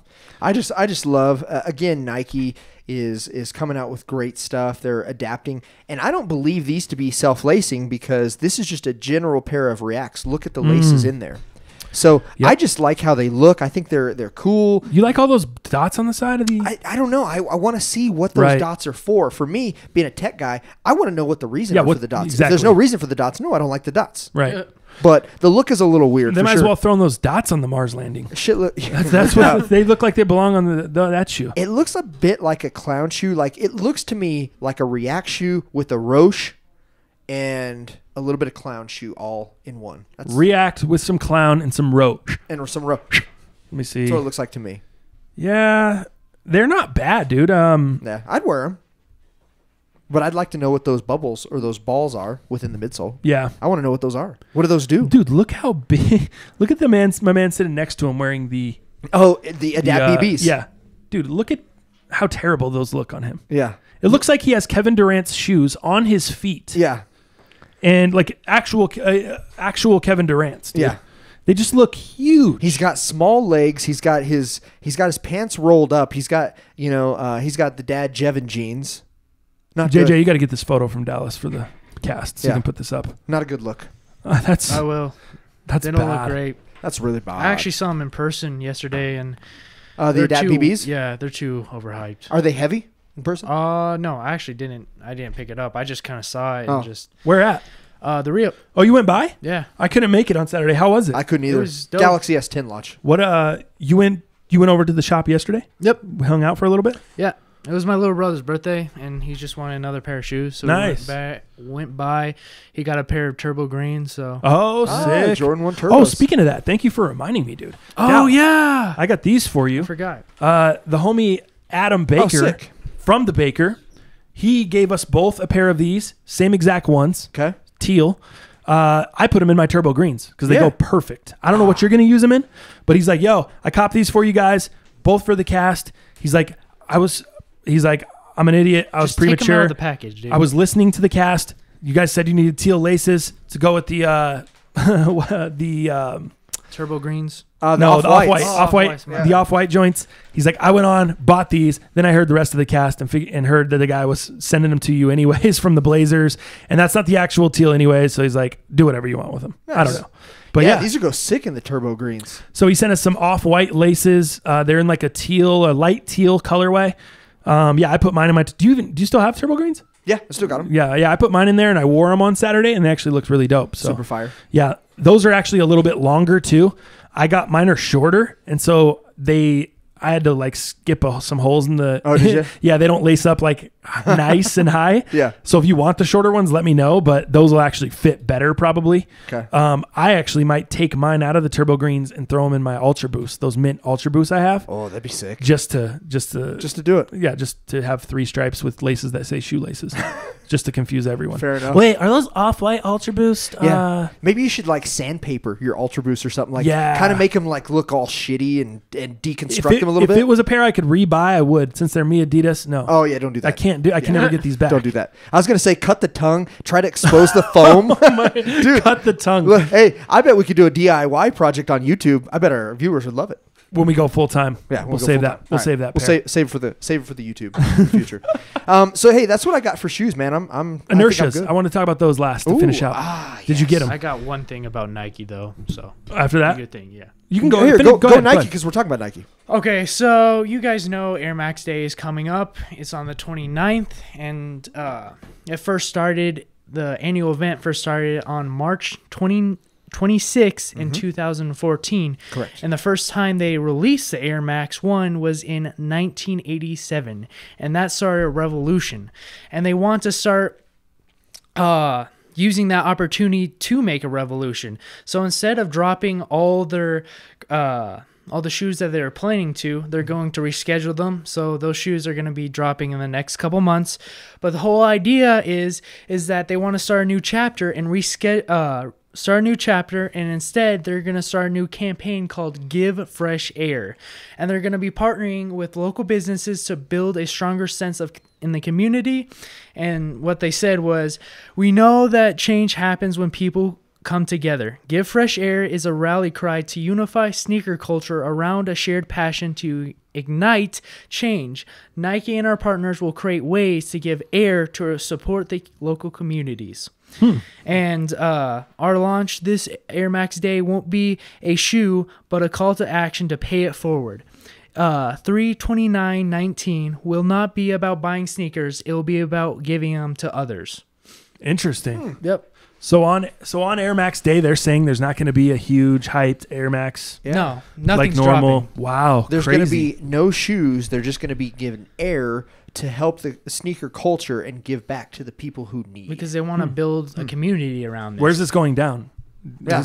Big this like a cities? specific, yeah. I assume it's big cities like Ethiopia? New York, South Africa? What are we doing? New York, LA, anywhere where the sneaker culture is alive. So I'm bummed about the shoes, obviously. I'm happy about the culture thing. I like that. But this is, again, another shout to Nike and their marketing. Like, whether you like it, whether you love it, whether you're going to miss shoes or not, again, they're talking about giving back. They're out in the limelight, in the forefront of trying to better cultures, better people, better lives with their concepts and with their giving. I would say, arguably, this is Nike probably making the right move yet again. What do you think? I think it's great. I mean, how many more sneakers do we all need? Right. You know, it's cool that they're using this to focus it on a cause. Mm-hmm. I think, the people that really need air is probably over in Asia, China. Yeah. I mean, we could probably be giving them some air. Yeah, get them out of the factories. Right. For sure. Exactly. Give them a day to actually go get some air. Ironically, the Nike shoes are being made currently. Right. Right. But we don't want to look at all that. But that's beside the point, okay? They're doing some good stuff. Yeah. I'm such a dick. You guys are trying to you guys are trying to pull into a great news story, and it's a lot of good stuff, and I'm over here firing gunshots and looking at the negative. Shitting on the bed. Yeah. Sick. So yeah, well, great story. We'll kind of see what happens, and we'll probably obviously talk cool as things play out around that time. We'll probably address it on the cast. So I'm just curious if they're going to actually do something like put up a pop-up shop or give shoes to. I think we'll find out in the coming weeks a little bit. Lines of that. Yeah, I think it's in its infancy stage, and we'll kind of see as weeks go by. I think there'll be more information to come out in the next couple weeks as we get closer. Yeah, hell, we're on March 11th already, dude. Damn. It's probably next week. I bet you see more stuff coming out. I know. Also, one more thing. This is Supreme related. Stony Island is collabing with Supreme, and that's what's dropping this weekend. Stony Island or Stone? Stone Island. Cool. I like Stony. I like Island Stony better. because that seems like For some reason that popped up in my head. I that go to kept franchise like going back and forth with. I'm like, what? I go to Franchise's house and it becomes Stony Island over there, but Stone Island, however, What does that mean? the clothing brand. What? We get Stony over there. You know what I'm saying? He'd be rolling joints like there's like I nobody's was like- business. Yeah. But yeah, Stony Island is over at Franchise's house. I.e. Stone Island. What about it now? They're just collabing with them and dropping a couple different items like a sweatshirt, A jacket, tees, jackets, a vest, shorts, 2 different kinds of pants. Now that's 2 this different Thursday. hats. That's Yep. this week. And also they're dropping a backpack too. So it's like that wilderness. It's like REI but for hype beasts, I would say. I think I might be out.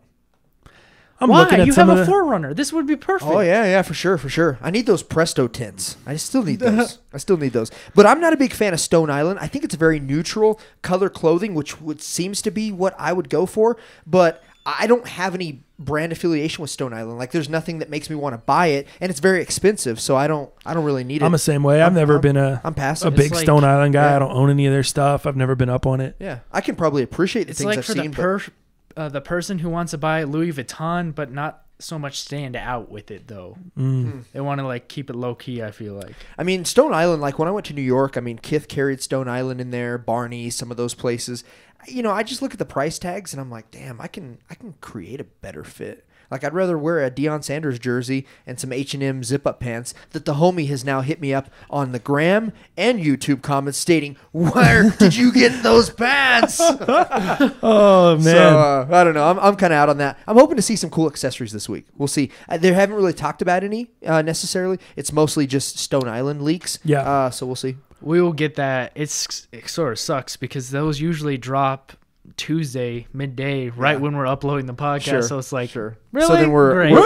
we're early, but we're late, but we Yeah. don't know it all. So tape measure should be in this week. Your Nice. Band-Aids as well. dude, I think I got 2. I got 2 confirmations with 2 different tracking numbers. I think Sick. it's sending me 2 Band-Aids. I'll buy one pack from you. All right. Or no, we'll just open one of the packs, and then you can keep the other one as a. All right. And I'll just take some. Yeah, thanks for telling me what to do with How my about 2 that? Band-Aids. That's Sound tight. good? Yeah, you got it all Dude, there's planned no out. dog. there's no resale. No, I know. You got it planned out. Let's go. All right, cool. Inertias. Inertias, You know yes. what? I want to hear what you did first because you were more pumped. You had the initial plan for the peach laces. I was still on the fence. I'm like, I don't really need this shoe. Maybe I'll do the peach laces, but then I'm borrowing your swag. So then when I go home It's all right. Everyone online's going to do it. yeah. So then when I go home and I put on a jersey and get ready to come to the cast, Robin's like, "Oh yeah, cool jersey. Right. Why don't you be like Chai's?" I'm like, I don't have any chains on. Right. So why would I do the inertias with the peach laces? By the way, I haven't taken this thing off since I have worn it. This is the greatest ever. I've seen you in the Don't- stories. I love it. Dude, I don't have to that roll. lighter? Oh, I don't have to roll around the crib like searching for a lighter, dude. I'm just ready to go on You deck. just sleep with that now? Oh, slept with it, ready to be. Dude, I'm just fired up, bro. Dang. Oh, tell Fired me up. about the lighter though. What lighter? We did in the We story. did it. Well, yeah. If you don't follow us on social media, which I don't know if you do with Exactly. your life, it's at Most Underrated Podcast, Word. at OMG, it's TTF on everything, at Dow Palantonio on Twitter. People want you to get an IG, but I think they don't understand that the Most Underrated Podcast is your IG. Yeah, I'm trying. Yeah, I'm trying to run it off. That kind of just is your IG. No, but this just takes a mini lighter. Anyone that wants to cop the Supreme lighter holder, it's a Bic Minis. It's not regular size lighters. Right. So don't try to just think you're going to throw a regular size lighter in there. But the illest accessory for me so far of the Supreme season. Yeah. Actually, this is probably the illest Supreme accessory I have anyway. Sure. I don't even have a ton of Supreme I'm shit, still a so- little jealous, but dude, I'm super pumped that you're putting that to good use, man. Good use. Exactly. Looks tight. As far as the inertia, Yeah, what do you got, man? I didn't really do anything, dude. I tried to. Probably 10 people hit me with links about 1:40 in the morning Oh yeah, on Sunday morning. Yeezy Mafia. No, Friday Or morning. not Yeezy Saturday Mafia. morning. Sorry, Yeezy Supply. Sorry. Yes, Yeah. Easy Supply. Saying, dude, they got 12 and a half. They're sitting. So I woke up to a bunch of DMs and messages saying they're sitting. No one copped. They weren't sitting by the time I woke up. There was Sure. nothing there. Yeah. So, guys, you guys are texting me saying they're sitting. It's 1:30 in the morning. I mean, I was up that late. Yeah. Right. By the time I got there, nothing was sitting. There was no sitting going on. There wasn't even me sitting. I was up out of bed, not sitting, walking around my house, and nothing was sitting. So, I didn't get him there. Then you saw, I called up Vape Yeah. on Friday Yeah. to see if they were going to get them on Saturday in a 12 and a half, We so know I what could they at least said. go wait in line. Again, on social media, on my story. Bait, the gentleman at Bait told me he could not give me info on the stock. Sorry, we can't give you any info on our stock. So I'm not asking for info on the stock. I'm asking if you're getting a 12 and a half. I don't care how many you're getting. I don't care what else you're getting. Are you getting a 12 and a half? I just want to know if I need to come wait in line or not. Sorry, can't give you any info on that. And I literally told the guy, I go, dude, what do you mean? Does that make any sense to you? What you're telling me right now, does that make any sense? Yeah. I'm going to come stand out there from 7 in the morning until 11 when you open, and then you don't even get the shoe in my size? So you can't tell me if you're even getting a 12 and a half, getting a 9. So if a kid comes in and wears an 8 and a half, you don't get an 8 and a half. You get sizes 9 through 11. You can't tell them, hey, we're not getting any 8s. We're not getting any 8 and a halves. Make the line shorter. What is that? What are we doing here? Yeah. It doesn't make any sense. There's no way that they're contractually obligated to not be able to give sizes. I don't fools, understand. I don't get it, bro. So I Plus, was just like, Foot will someone Locker else told please you about call? sizes. So Yeah. really? Well, Bait, we can't give any info about our stock. That's what the kid told me. Just another reason to hate Bait. Twice. I'm just like, dude, I'm literally just trying to get the info to find out if you're getting the shoe in the size. Yeah. I just want to know if I need to get in line I'm not or asking sir. quantities. I'm not asking how many. I'm not asking, are you getting a 7 through 12s? How many are you getting of each? 7 through 13? I'm asking, are you getting a 12 and a half? It's very simple. Dude, if somebody would No, have we're not called, getting any 12 and a halves. if somebody would have called me on Thursday, the day before this Samsung launch, and said, hey, are you guys going to get Plus? Because I heard a rumor that the Samsung 10 Plus are not going to be in a lot of stores. They're going to be limited. by order only, and they're more limited.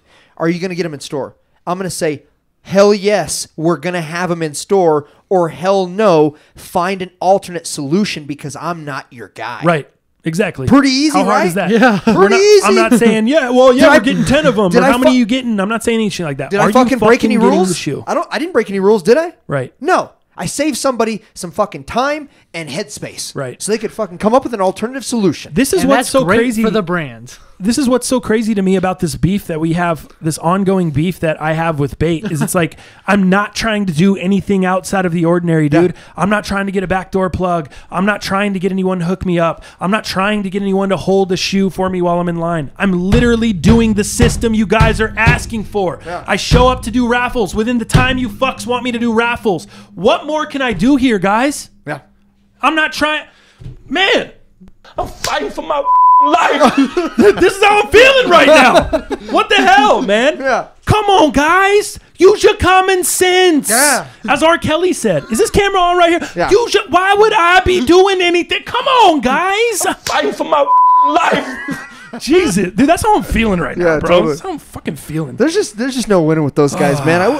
We should just write them off already. Well, we always do, but then we just come back. I'm doing some dips in the studio right now. See, I'm amped up. So oh my goodness, I'm come so back. annoyed. So anyway, yeah, couldn't get any info out of those guys. So a bunch of people called Bait for me, which was nice. As I said on the story, I was like, hey, if you guys just blow Bait up and ask them they got a 12 and a half, I don't care. Yeah. I don't care if it's 100 of you. I don't care if it's 5 of you. I don't care if it's 1,000. Just blow Bait up, please. Here's the number. Blow them up and ask if they're getting a 12 and a half. They've got to tell somebody. Yeah. We get enough calls in there.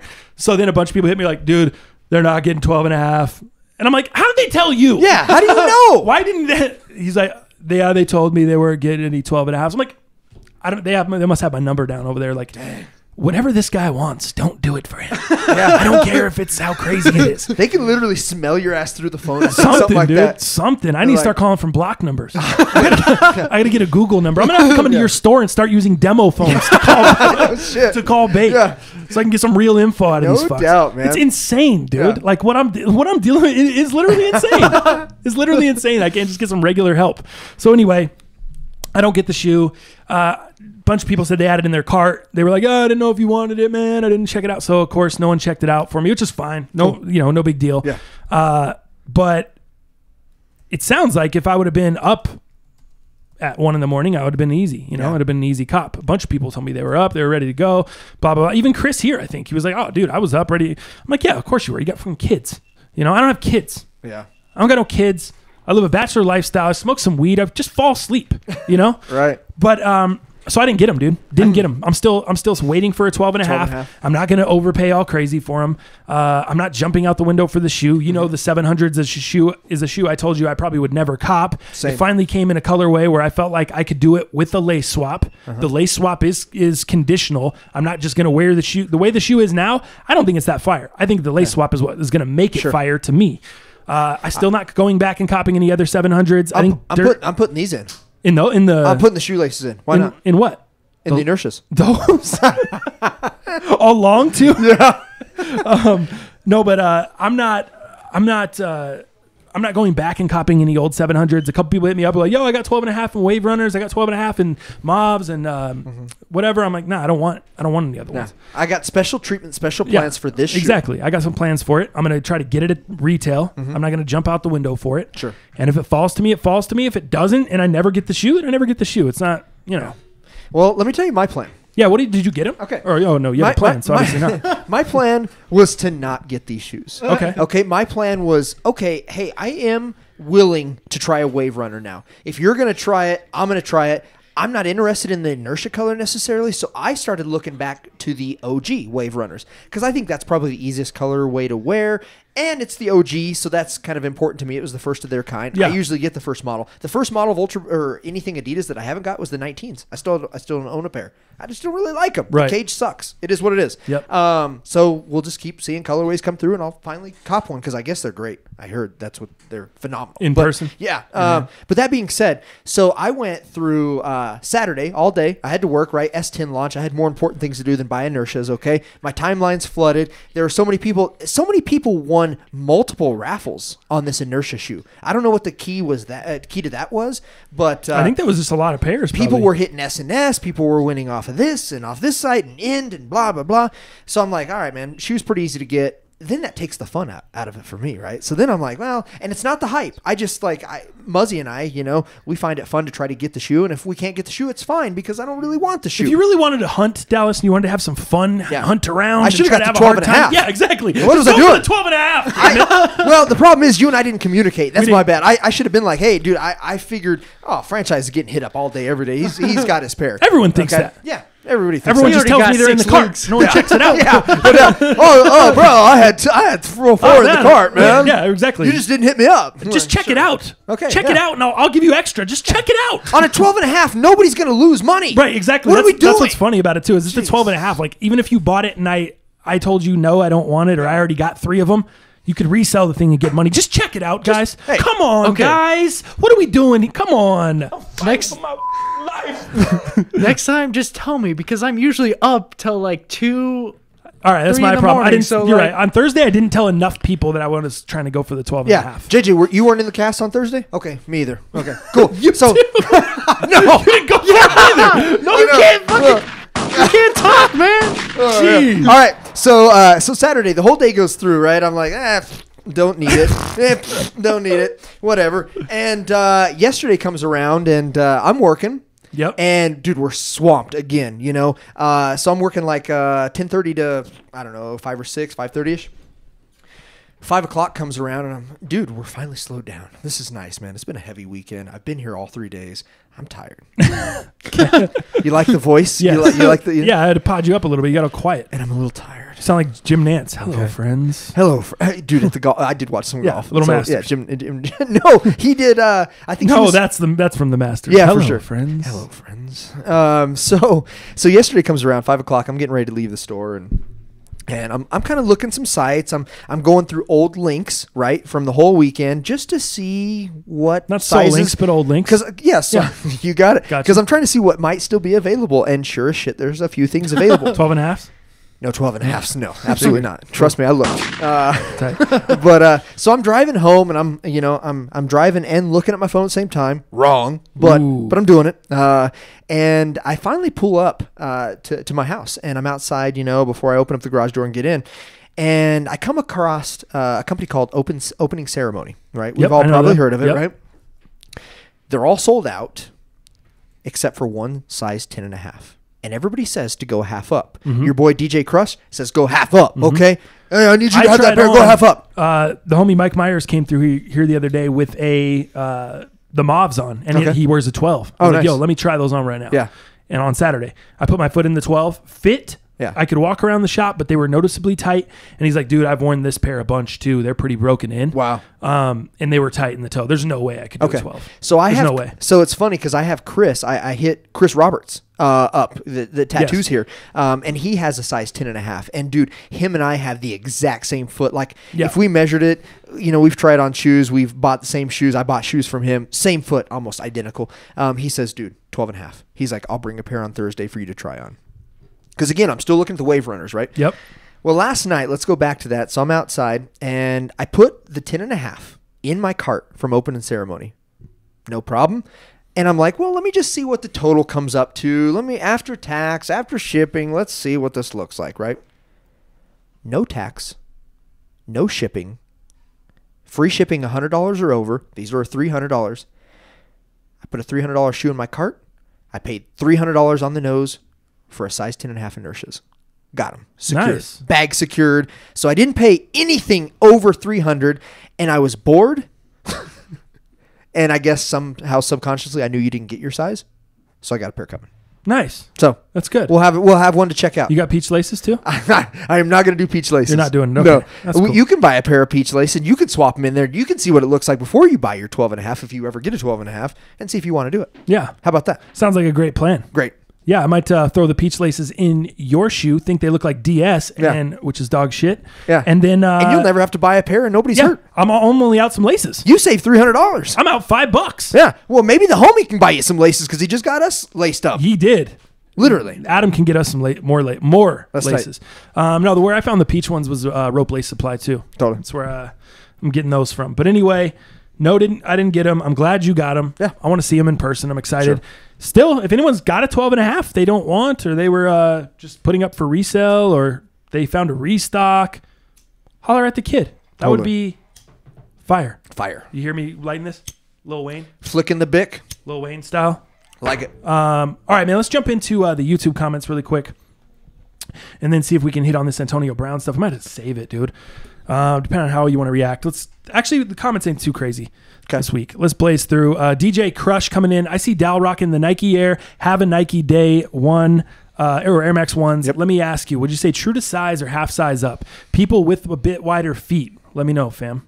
I would say true to size. You don't have wide feet, do you? No, I don't have wide feet. Okay. So I would say true to size probably 85-90% of the time. But depending on how wide your foot is, it wouldn't hurt. I mean, but you got to have a wide foot, no doubt. And you would know, typically you would know in your past if you have to go up half a size in most shoes, then you probably have to go half up in this. But with standard narrow feet, absolutely not true to size.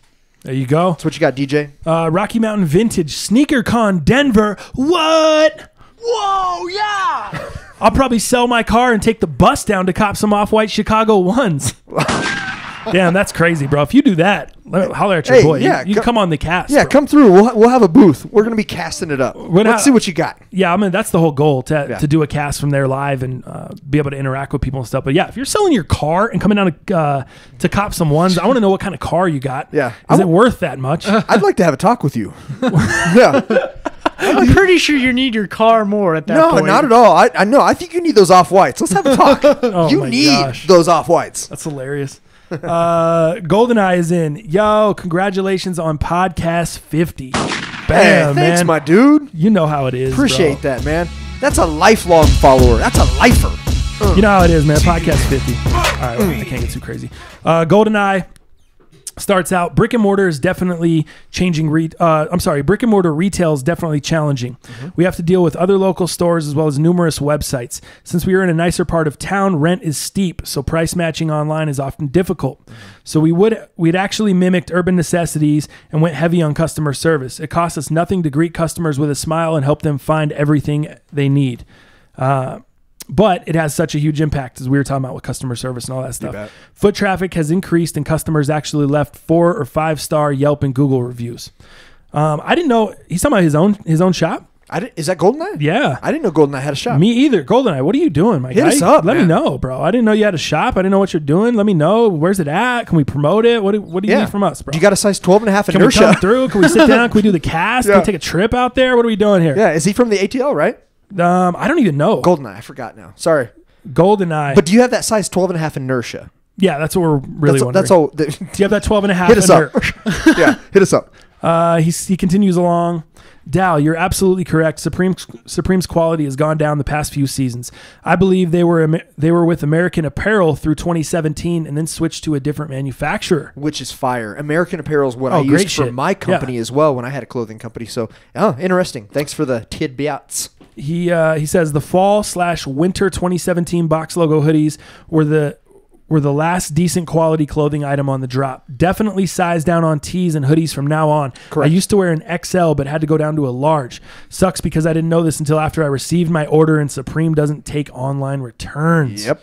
Weak. We talked a lot about that. The shirt you got that gave me was a large. Definitely fits like an XL. Does it? Yeah, because I can fit it just fine. Yeah, the one you gave me? For sure. Yeah. So the Bombay. Yeah, you're right, from last season. Franchise, good choice on going in with the red duffel. Clothing quality may have gone down, but the bags are still solid. Glad they went back to Cordura. FYI, the two Velcro straps on the bottom are mainly used to secure the duffel and the telescopic handle of a rolling suitcase. Looking forward to another Firecast on Tuesday. Appreciate it, GoldenEye. My girl was like, I think the straps on the bottom, aren't they to hold a skateboard? I felt like it's such a dumbass. I was like, oh yeah. Well, yeah, probably. But I've never seen it on the bottom, but that would make sense. Like on most backpacks, you would have it on. It's not a backpack though. It's a duffel bag. Yeah, you're right. So I feel like you could throw a skateboard. I felt when she said that, dude, I wanted to give myself all the shots, bro. You could hold the strap, dude, and just wheel the bag on the deck. Exactly. So yeah, I felt like such a dumbass. I was like, oh duh. Of course they're for a skateboard. The cast comes early sometimes, guys. Totally. I'll be in here like a couple hours after. I'm like, oh man, I should have said this. I should have said this. Oh, I thought, just stuff I didn't think about. Dude, you and I have convos afterwards sometimes. I know. We're just shitting the bed on each other for sure. I know. Dude, well, hey, the straps aren't going to fit your rollerblades. You're a rollerblader, okay? We get it. All right. Fit my snowblades. You got throw those in there. Oh, snowblades. Fire. Brian the Philly plug. What up, homies? Great last episode. The Supreme Band-Aids. I need them all, LOL.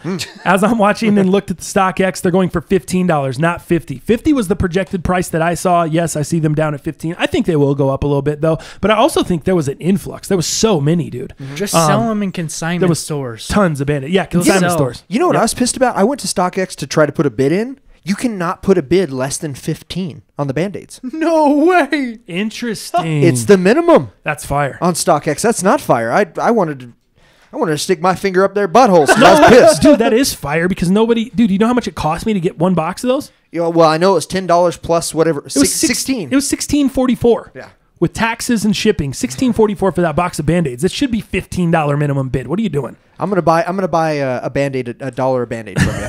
Okay. I'll sell them to you individually. Yeah, I'll make you feel better. All right. Me and Ochi. Okay, right. We'll be buying them from you. TTF. Hopefully you didn't buy a ton like you said you wanted to. No, I only got one, maybe two, I guess. P.S. The shower cap is fire. Lastly, just got done watching the cast late as hell. It's 3 a.m. Eastern time. Easy Supply just dropped the 700s. Got 112.5 and messaged you a couple times TTF because I know because it had a second 12.5 in the cart, but didn't know if you copped or not. If it wasn't Yeezy Supply, I would have copped the second pair, but who knows when and if I will get my pairs anyways. I hope you got yours, but I'm sure I'll hear it on the cast. If you ever want me to cop for you, just let me know since we the same size. Appreciate it, my dog. Oh shit, I didn't mean to give you the bitch shots, dog. I'm sorry. I meant to give you the full on blast. Dope. Yeah, I appreciate it, man. As you know, I missed out, but it's not a big deal to me. It's not really a big deal at all. Yeah, we are the same. I'll hit you up. Mr. Daniel, can we get your recap of WWE Fastlane? What are your opinions on where we're going or where these stories are going leading up to WrestleMania? Interested in your opinions. Keep up the great content. All right, bro. So I thought the Fastlane pay-per-view was great last night. And maybe that was another reason I couldn't sleep well. I was all amped up after Fastlane. So I got done watching it late. I started it late. Overall, I thought it was a solid pay-per-view leading to WrestleMania. It wasn't anything too crazy. It wasn't over the top. It wasn't super long. It didn't drag on. So overall, I thought the card was pretty good. The things that fascinated me, obviously, were Charlotte Flair and Becky Lynch. I hated the way that match ended, but I understand why they did it that way because obviously you want to have the triple threat at WrestleMania with Ronda Rousey, Charlotte Flair, Becky Lynch. I just hated the way they ended it. It didn't feel good to me, especially, I don't know if you caught all the stuff that came out on social media this week with Ronda Rousey exposing the business of pro wrestling. I wish I had the audio, but she basically talked about how she's like, this is no joke. Becky, I think her real name is Becky Quinn, not Becky Lynch. She called her by her government name, said she talked about my husband, put some stuff up on social media about her husband, which she did. And she said, I'm going to beat the shit out of her at WrestleMania. This is no joke. WWE can do what they want. They can talk about scripts and they can talk about sports entertainment, but I'm an athlete and I can beat any bitch's ass in that locker room, and I'm going to prove it at WrestleMania. And she was, she was this close to calling wrestling fake. You could tell it was gonna come out of her mouth, and she backed off of it and she went with scripted and predetermined instead of fake. But dude, it was right on the tip of her tongue. I should have, I'm sorry, I should have pulled that audio. But dude, yeah, Ronda Rousey went off. So all that being said, it led up to this, oh shit, Ronda Rousey's pissed off. Ronda Rousey's gonna beat some ass. Last night at the pay-per-view, she comes running down the aisle, interferes in the match, socks Becky Lynch in the face, which gets Charlotte Flair disqualified. So Becky Lynch wins the match, which is what she wanted, because if Becky won, then her match against Charlotte Flair at WrestleMania would be turned into a triple threat. Nice. So she wanted to fight Becky, so she needed Becky to win in order for Becky to move on to WrestleMania, for her to be able to fight her there. Gotcha. Becky has an injured knee in the match, so she came out on a crutch. She was crutched up last night, so she went into the match with Charlotte, beat up. It didn't last. I don't even have the time frame. It didn't last long, but I hated the way it ended, man. I thought sounds like a shit show. I thought Ronda should have came out there and beat the shit out of her, not just punched her once in the face and got the DQ and walked out. I thought she should have just annihilated her. Threw her through announce tables, beat her with kendo sticks, beat her with chairs, really given her a crazy beatdown, because now it makes me feel like everything you said on social media, whether it was kayfabe or not, kayfabe is whether they're kind of trying to fool you is what it means, whether they're staying in character or whether they're breaking down the fourth wall there of the real person. Whether she was breaking kayfabe or whether she was really trying to peel back the curtain for us or not, or it was part of the show, I don't know, because it was so well done by Ronda on social media. What they did during the show last night was the opposite. It wasn't well done. I thought they could have done a lot better job making us believe that Ronda Rousey is this badass killer. She's this fighter. She's coming to beat ass at WrestleMania. This is no joke. This is no script. And I really wish she would have gone out and beat ass last night, so then we could have seen like, oh shit, this is what we're going to get at Mania. This chick's unhinged. Right. You know what I mean? If you're going to play that and you're going to around.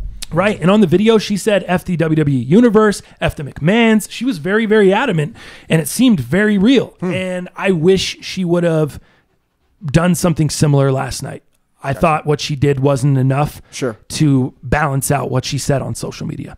So that's where I'll leave it, man. I don't want to get too crazy with the wrestling talk. I know a lot of people don't watch wrestling. So for all of you guys that do, I'll give you a shot out here. But yeah, man, I think Mania is going to be good. That's the biggest storyline I'm looking forward to. I'm looking to see how they build that. Also, Dean Ambrose leaving WWE. Let me hit on that for a second. They talked multiple times about Dean Ambrose leaving WWE after WrestleMania because his contract's up. Now, if you're on the internet, if you're on the dirt sheets, if you follow pro wrestling on the internet, this has been speculated. This has been kind of a behind the scenes thing. Never have we heard Michael Cole and WWE bring this to television. That was so shocking to me that we kept hearing him say, this is the last time you're going to see the Shield. Dean Ambrose's contract comes up at the end of WrestleMania. He's not renewing his contract with WWE. He's going to move on. We never hear this on TV. This is always behind the scenes stuff. So the fact that they're bringing it to TV makes me feel like Dean Ambrose is not leaving WWE now. It makes me feel like they're trying to pull the wool over our eyes. They're trying to tell us, this is it. This is the last time you're going to see Dean Ambrose. This is the last time you're going to see the Shield. So I thought the match was good last night. And if this is the last time we see Dean Ambrose, I thought they did an awesome job sending him off and letting the Shield get back together one last time for one last farewell. I thought it was great. I thought it was awesome. But now, more than ever, I think Dean Ambrose is not leaving WWE. I think he's re-signing, because the fact that they're pushing it so hard to us on TV, that's classic WWE move from way back in the 80s. Hey, look this way, and then we do this. Sleight of hand. You know, it's magic tricks. So that's my feelings on it. I think Dean is sticking around. I don't think he's leaving WWE.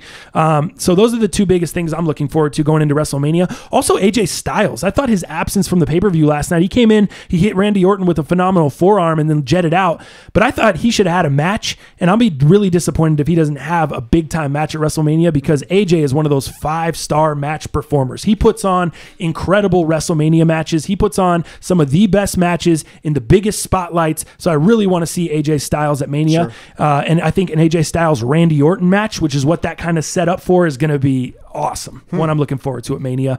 Mania is in New York City. I think it's April 5th.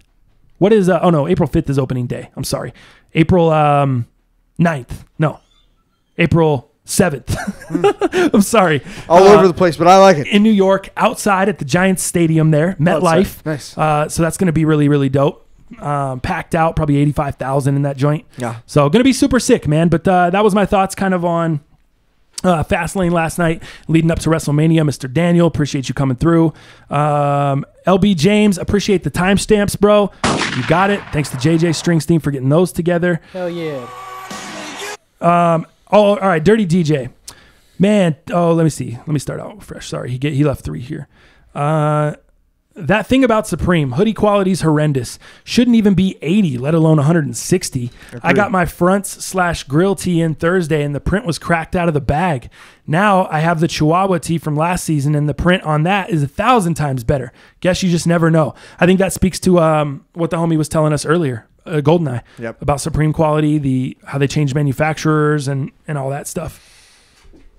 Excuse Bummer. me. We're late. What do you mean? That's it. We're late. We're late on Supreme Tip. Oh. Because, we weren't, we're not late. We just never really bought much clothes from Supreme. Because I don't know. We're kind of picky on it. I just don't like that I'm with you. I think the accessories are the cooler thing. Yeah. I'll get some shit here and there if I can get it, if it falls to me, if it's not overpriced. But I'm not good jumping out the window for a ton of shit. We're accessory guys. Duffel was retail. A couple homies actually got the black one. Baker, Adam from Baker got the black one. I saw homie Drewski's got the black one. What's her name? Chick up front got the waist bag. Myra? Oh yeah, the Myra. Yeah. Myra, yeah, she got the Supreme satchel. The olive. Yeah, it was like or fanny pack. Yeah, the fanny. The fanny. That's what it was. He continues along. Oops, damn it! I refreshed because I got a new comment I wanted to read. Lost my shit. Hold up. All right, so man, TTF halfway through the cast and see you're finally on board with the 700s. I had a 12 and a half. Oh, another one that says, I had a 12 and a half, bro. No, he said I had a 12 and a half in the Wave Runners that I just sold a week ago on StockX. Oh. Never offered to you since you were totally against them. No worries, dog. Like I just said, I'm not in on the Wave Runners. The Inertias are really the only pair that I was looking forward to getting with the lace swap. Right. He continues here. Also agree completely about the Wild Wild West 98s. They're super stiff. When I put them on and was wearing them, or after wearing Boost, I can't even stand them. I think they'll break in nicely, but I doubt I'd give them the amount of time to break in. Another fire cast, fellas. Would love to see you guys get JJ to put in a workout. What? Does you want to see that? You want to? Oh, we'd love to see you. Tell me he said with the Ghost Rider pants. Would love to see you guys get put through a chaps. workout. He wants you to put us through a workout. Okay, yeah, for sure. I got to give you a shot for that, in a bad way, DJ. This fool doesn't need to be putting us through any workouts, fool. You want me to? You want to still have casts? You want me to have cardiac arrest? What do you? Jeez. You want me to just croak over? Yeah, no doubt. You want Dallas in here doing the cast by himself? I'll pass. I don't need to be doing JJ's workouts. I need the Peloton bike. I need to get myself introed in. Yeah. I ain't Mr. Fitness, dog. Yeah. Let me just get off the Red Bulls and start with the G Fuel. Dude, come on, man. Like, just relax, JJ. We're working on it, okay? Yeah, we're working it out. Yeah, eating protein cookies this morning. Get out of here. Monday, midsole, 2,660 days since Michigan's last win over Ohio State in football. # Ohio State. I knew you were from Ohio, my guy. I had a feeling you would come in with a little bit of that.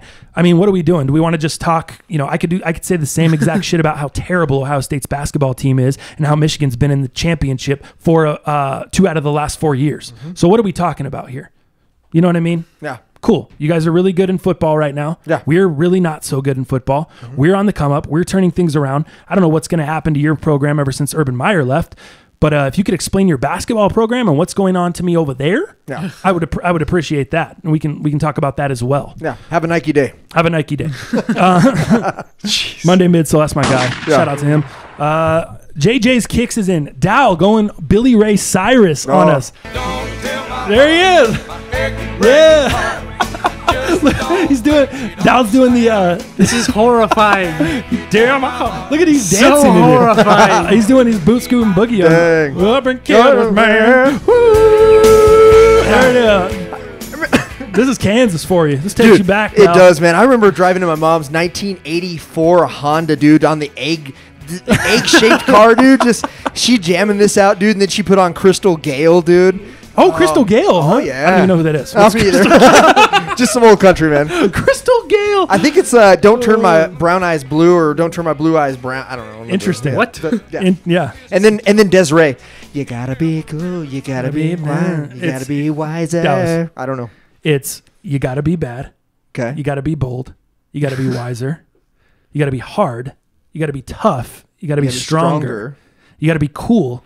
You got to be calm. You got to stick together. Stick together. Stick together. Okay. Not stay together. I think it's stick together. I'm going to look up the lyrics. But all I know is love will save the day. Yeah.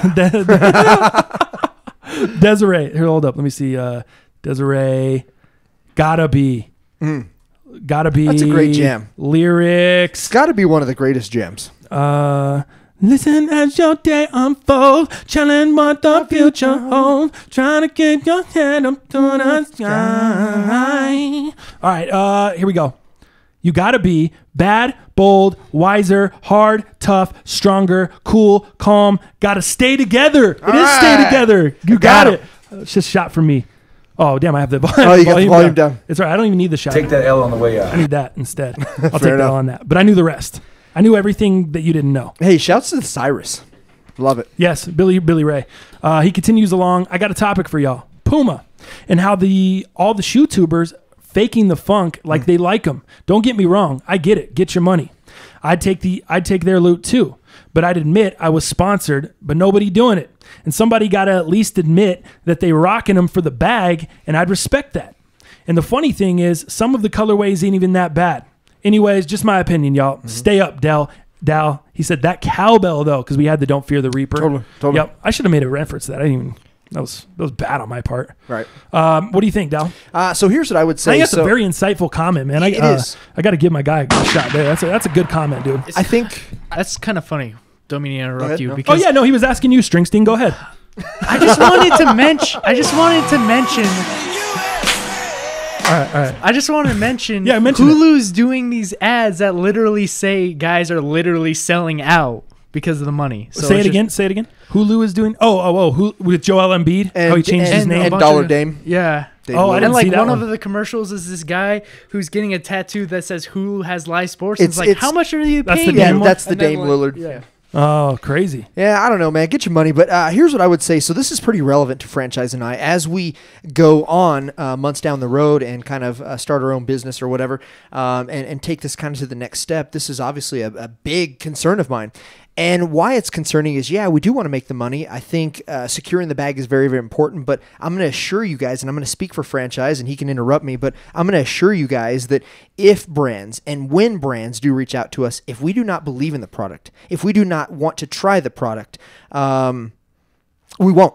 And if they do just want our opinions on it, we're going to be transparent. We're going to be honest. We're not changing the direction of how we do the cast and this is what we do. This is who we are. And we're going to be very, very honest when it comes to that. So if somebody wants to send us a shoe, some brand, some company, whatever, great. And give your opinions.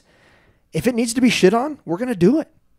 So, and if that's not allowed because that's not how we secure the bag, then we're not going to do it. Right. We're not going to be interested. Exactly. I don't want your product. Couldn't say it any better. I don't even have anything to add, dog. Okay. That's well said. I think we're both on the same page. That's what we do. We have been since we started doing the YouTube channel in general. Yeah. We were never pushing a bunch of shit that we weren't about. We never were doing reviews on shit that we weren't really about. Yeah. Sometimes I would cop shoes and then they wouldn't be what I thought they were, and I would shit on them a little bit, but I was still honest about it. You know what I mean? I was like, hey guys, I wouldn't cop this. Hey, the toe box looks weird here. Hey, I don't, this is. If a brand doesn't obviously accept honesty from an influencer, then why have us try to influence? I mean, we're just telling the things that people would want to know and be aware of. Yep. Or like. DJ Crush, my bad fam, just busting balls, LOL. Mad love to you guys. Keep doing your thing. Inertias are fire though. Nice. I appreciate it, Crush. No, we're just doing the same, dog. We're just talking shit. Totally. I think anyone that knows we do the show in here, we're just talking shit. Anyone, like, even the last people in the comments, we were just like,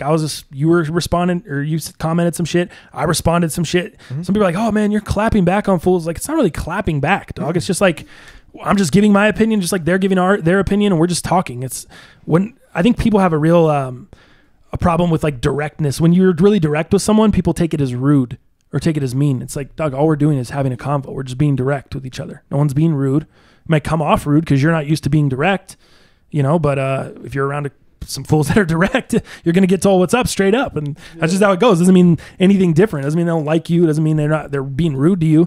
Doesn't mean anyone has to get their feelings hurt. I'm not listening to the cast anymore. Just like telling the truth. Yeah, exactly. So it's all love, Crush. We're just roasting you too. You know what I'm saying? Speaking of roasting, this is funny. Dal, I don't know, or no, I'm sorry. This is from the homie Paul again. Paul's back in. Dal, I know you're reading this, and I'm not going to stop asking you, where did you get your pants from? All caps, fool. Wow. Take that L on the way out. Paul, what are you doing? Paul Wall. Listen to the cast, Paul. Yeah. So the homie Nicholas comes through. Bruh, he answered you in the podcast. You sleeping on the cast. Yeah. Paul responds, really? Which one? I usually have the podcast playing on a side monitor while I'm doing other things. Nick says, he answered you in this episode of the cast. TTF was light roasting you on not asking Dowpal directly. Yeah. I got to throw some bitch shots at Paul. Paul, what are we doing here? I don't know if you're the person that asked on Instagram, but someone else asked about the pants on Instagram. So I responded on Instagram in a comment. I talked about it last week on the cast. Hopefully you got the answer, dog. They're H&M jogger pants. Yeah. 2 years old. Good luck finding them. I don't know if they're still around. Yeah. Like I said, I think I even offered I might have multiple pairs, and if you're a size 32, I could send you a pair probably. Yeah. Good shit. I'd have to find them, but yeah. All right, so that wraps up the YouTube comments brought to you by Pure Spectrum CBD. As always, man. Let's jump into Antonio Brown really, really quickly. I wanted to touch on some of the top free agents, but I think we can kind of save that for Thursday show when we come back in, because the new league year opens on Wednesday for the NFL on the 13th. We're going to see a lot of people signing right away. Sure. Because as we know, there's not supposed to be any negotiating. This is considered no tampering. Yeah, this is considered tampering right now. Sure. But somehow the Broncos have an agreement with Joe Flacco in principle. Yeah. Somehow all these teams have different players that they're ready to sign. It's always amazing to me that when the new league year opens at 12:01, someone signs at 12 or at 12 noon. There's someone signed at 12:01, and no one's busted for tampering. Verbal. How is that the case? Why even have a tampering rule if you're still allowed to talk to people and put shit in place and just? There's no reason to. GMs are talking to agents as we speak. They've been doing that for the last few weeks. They already have an onslaught of plans of what they're going to do. Right. Verbal agreements. People are going to sign. Pending physicals. It's done. Yeah. I don't get it. I don't get it either. So what do you think of the Antonio Brown deal? Antonio Brown, you know what? Good for the Raiders. Number one, what did they trade? What did they trade away? A 3rd round draft pick and a 5th round, correct? Yep. For Antonio Brown. Yep. You know who lost in this? Who continues to lose and will continue to lose? The Steelers. Pittsburgh Steelers are still paying Brown, dude. Yep. Still paying him a huge bag. And, losing somebody of that magnitude, that just tells you how shitty that environment was. I think it's just a super L for Pittsburgh all around. Not only do you have, it's an L for Mike Tomlin, it's an L on Ben Roethlisberger. As a leader, you can't keep 2 of your best players in back-to-back seasons. You lose two of your best players back-to-back seasons. That has to fall on leadership at the top, whether that's Ben, whether that's Mike Tomlin. Somebody's got to take blame for this. The Rooney, whoever it was. Right. You went from 3 triple Bs. You went from the triple Bs killer Bs, bro. to the single B? Right. Get out of here. It's interesting to me. I think obviously it's a terrible deal for Pittsburgh. Yeah. I think Pittsburgh. I don't think Brown was the only cancer in that locker room. No, I think there was a multitude of it going on, and I think, like you said, I think shots against the leadership in general within Pittsburgh in the organization. I think you said it spot on. It's interesting because you look at a guy like Antonio Brown, it's obvious to see that he got special treatment. There's been people that said he got special treatment. He had his own little. Everyone had to go stay in the team hotel during training camp. Brown had his own little Airbnb, dude. Totally. Everyone had to be in a meeting a certain time. Brown could just show up at any time. Yeah. His agent calls and says, hey, he's ready to go on Sunday. Right. Tomlin finally shut it down. Yeah, finally. Finally. But, dude, you had been doing this. You'd been allowing this. Yeah. Why do you think the Patriots are the Patriots? Tom Brady still gets treated the way everyone else gets treated. They try to trade Tom Brady away, for Christ's sake. I know. You know what I mean? Like, there's no favoritism. There is no star treatment over there in New England. Next man up, that is it. And so there's obviously a ton of star treatment going on in Pittsburgh. And that's what's happening here. You let a guy... And if you want to treat people like stars, that's fine. You can go down that path, but then you're going to run into a guy like Antonio Brown. Yeah. You're going to run into a guy like Le'Veon Bell. Yeah. They're going to take advantage of it. They're going to take a mile when you're giving them a yard. Treat him like a star.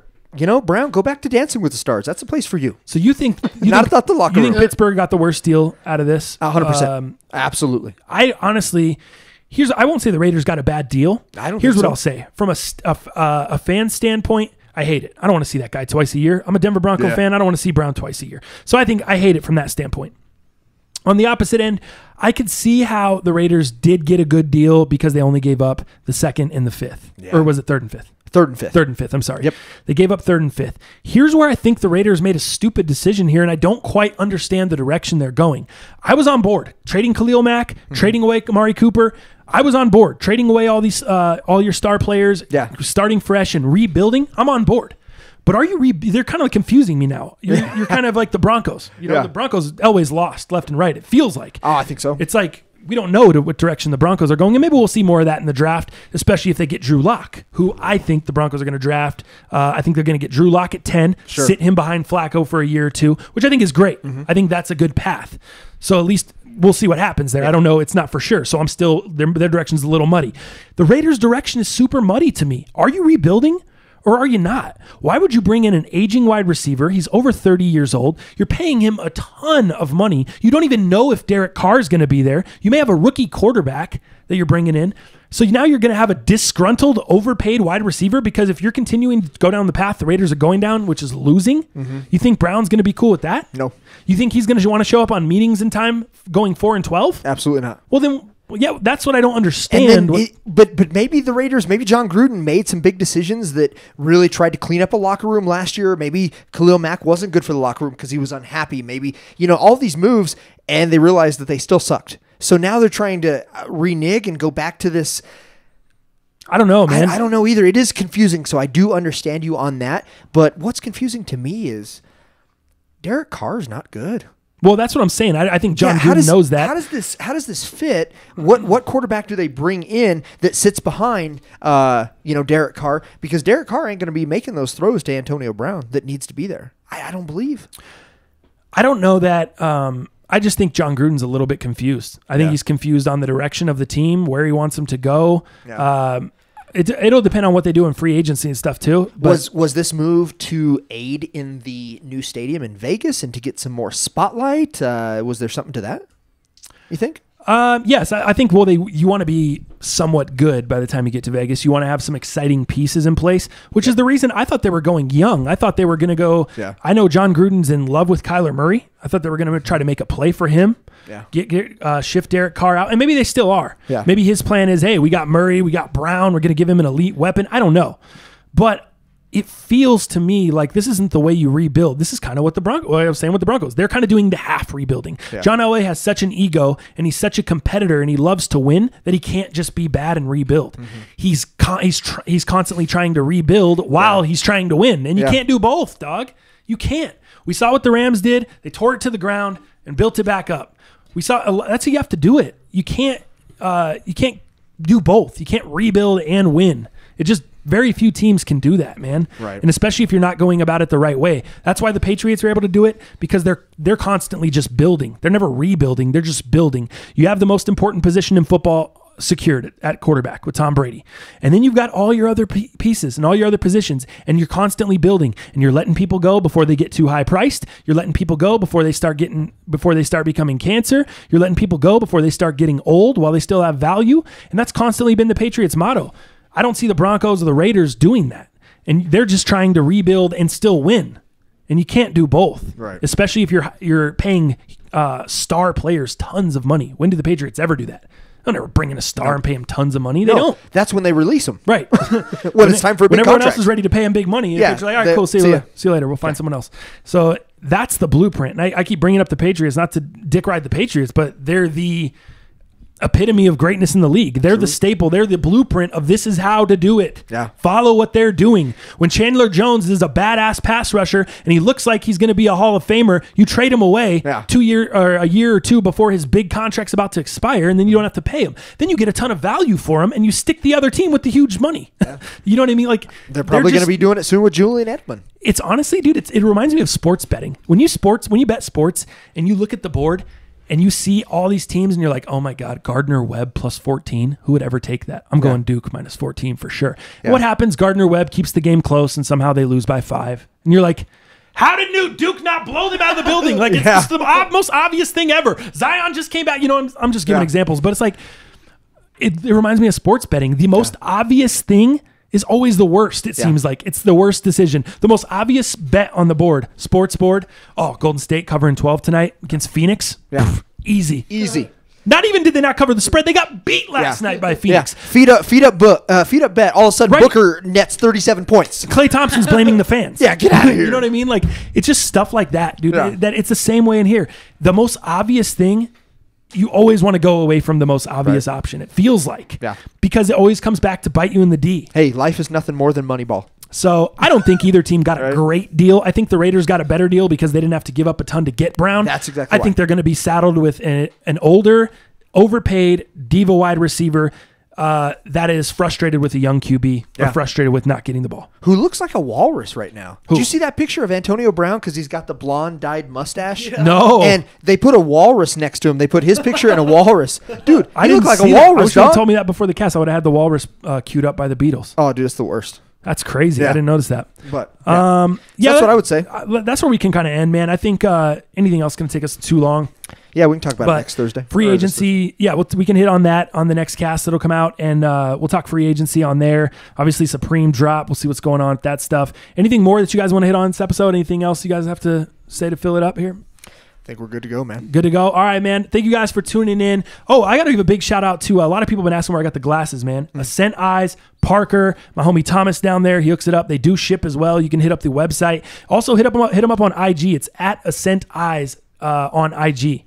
So check them out on there. It's ASCENT. That's how you spell Ascent. Nice. It's not anything out of the ordinary. Just normal shit.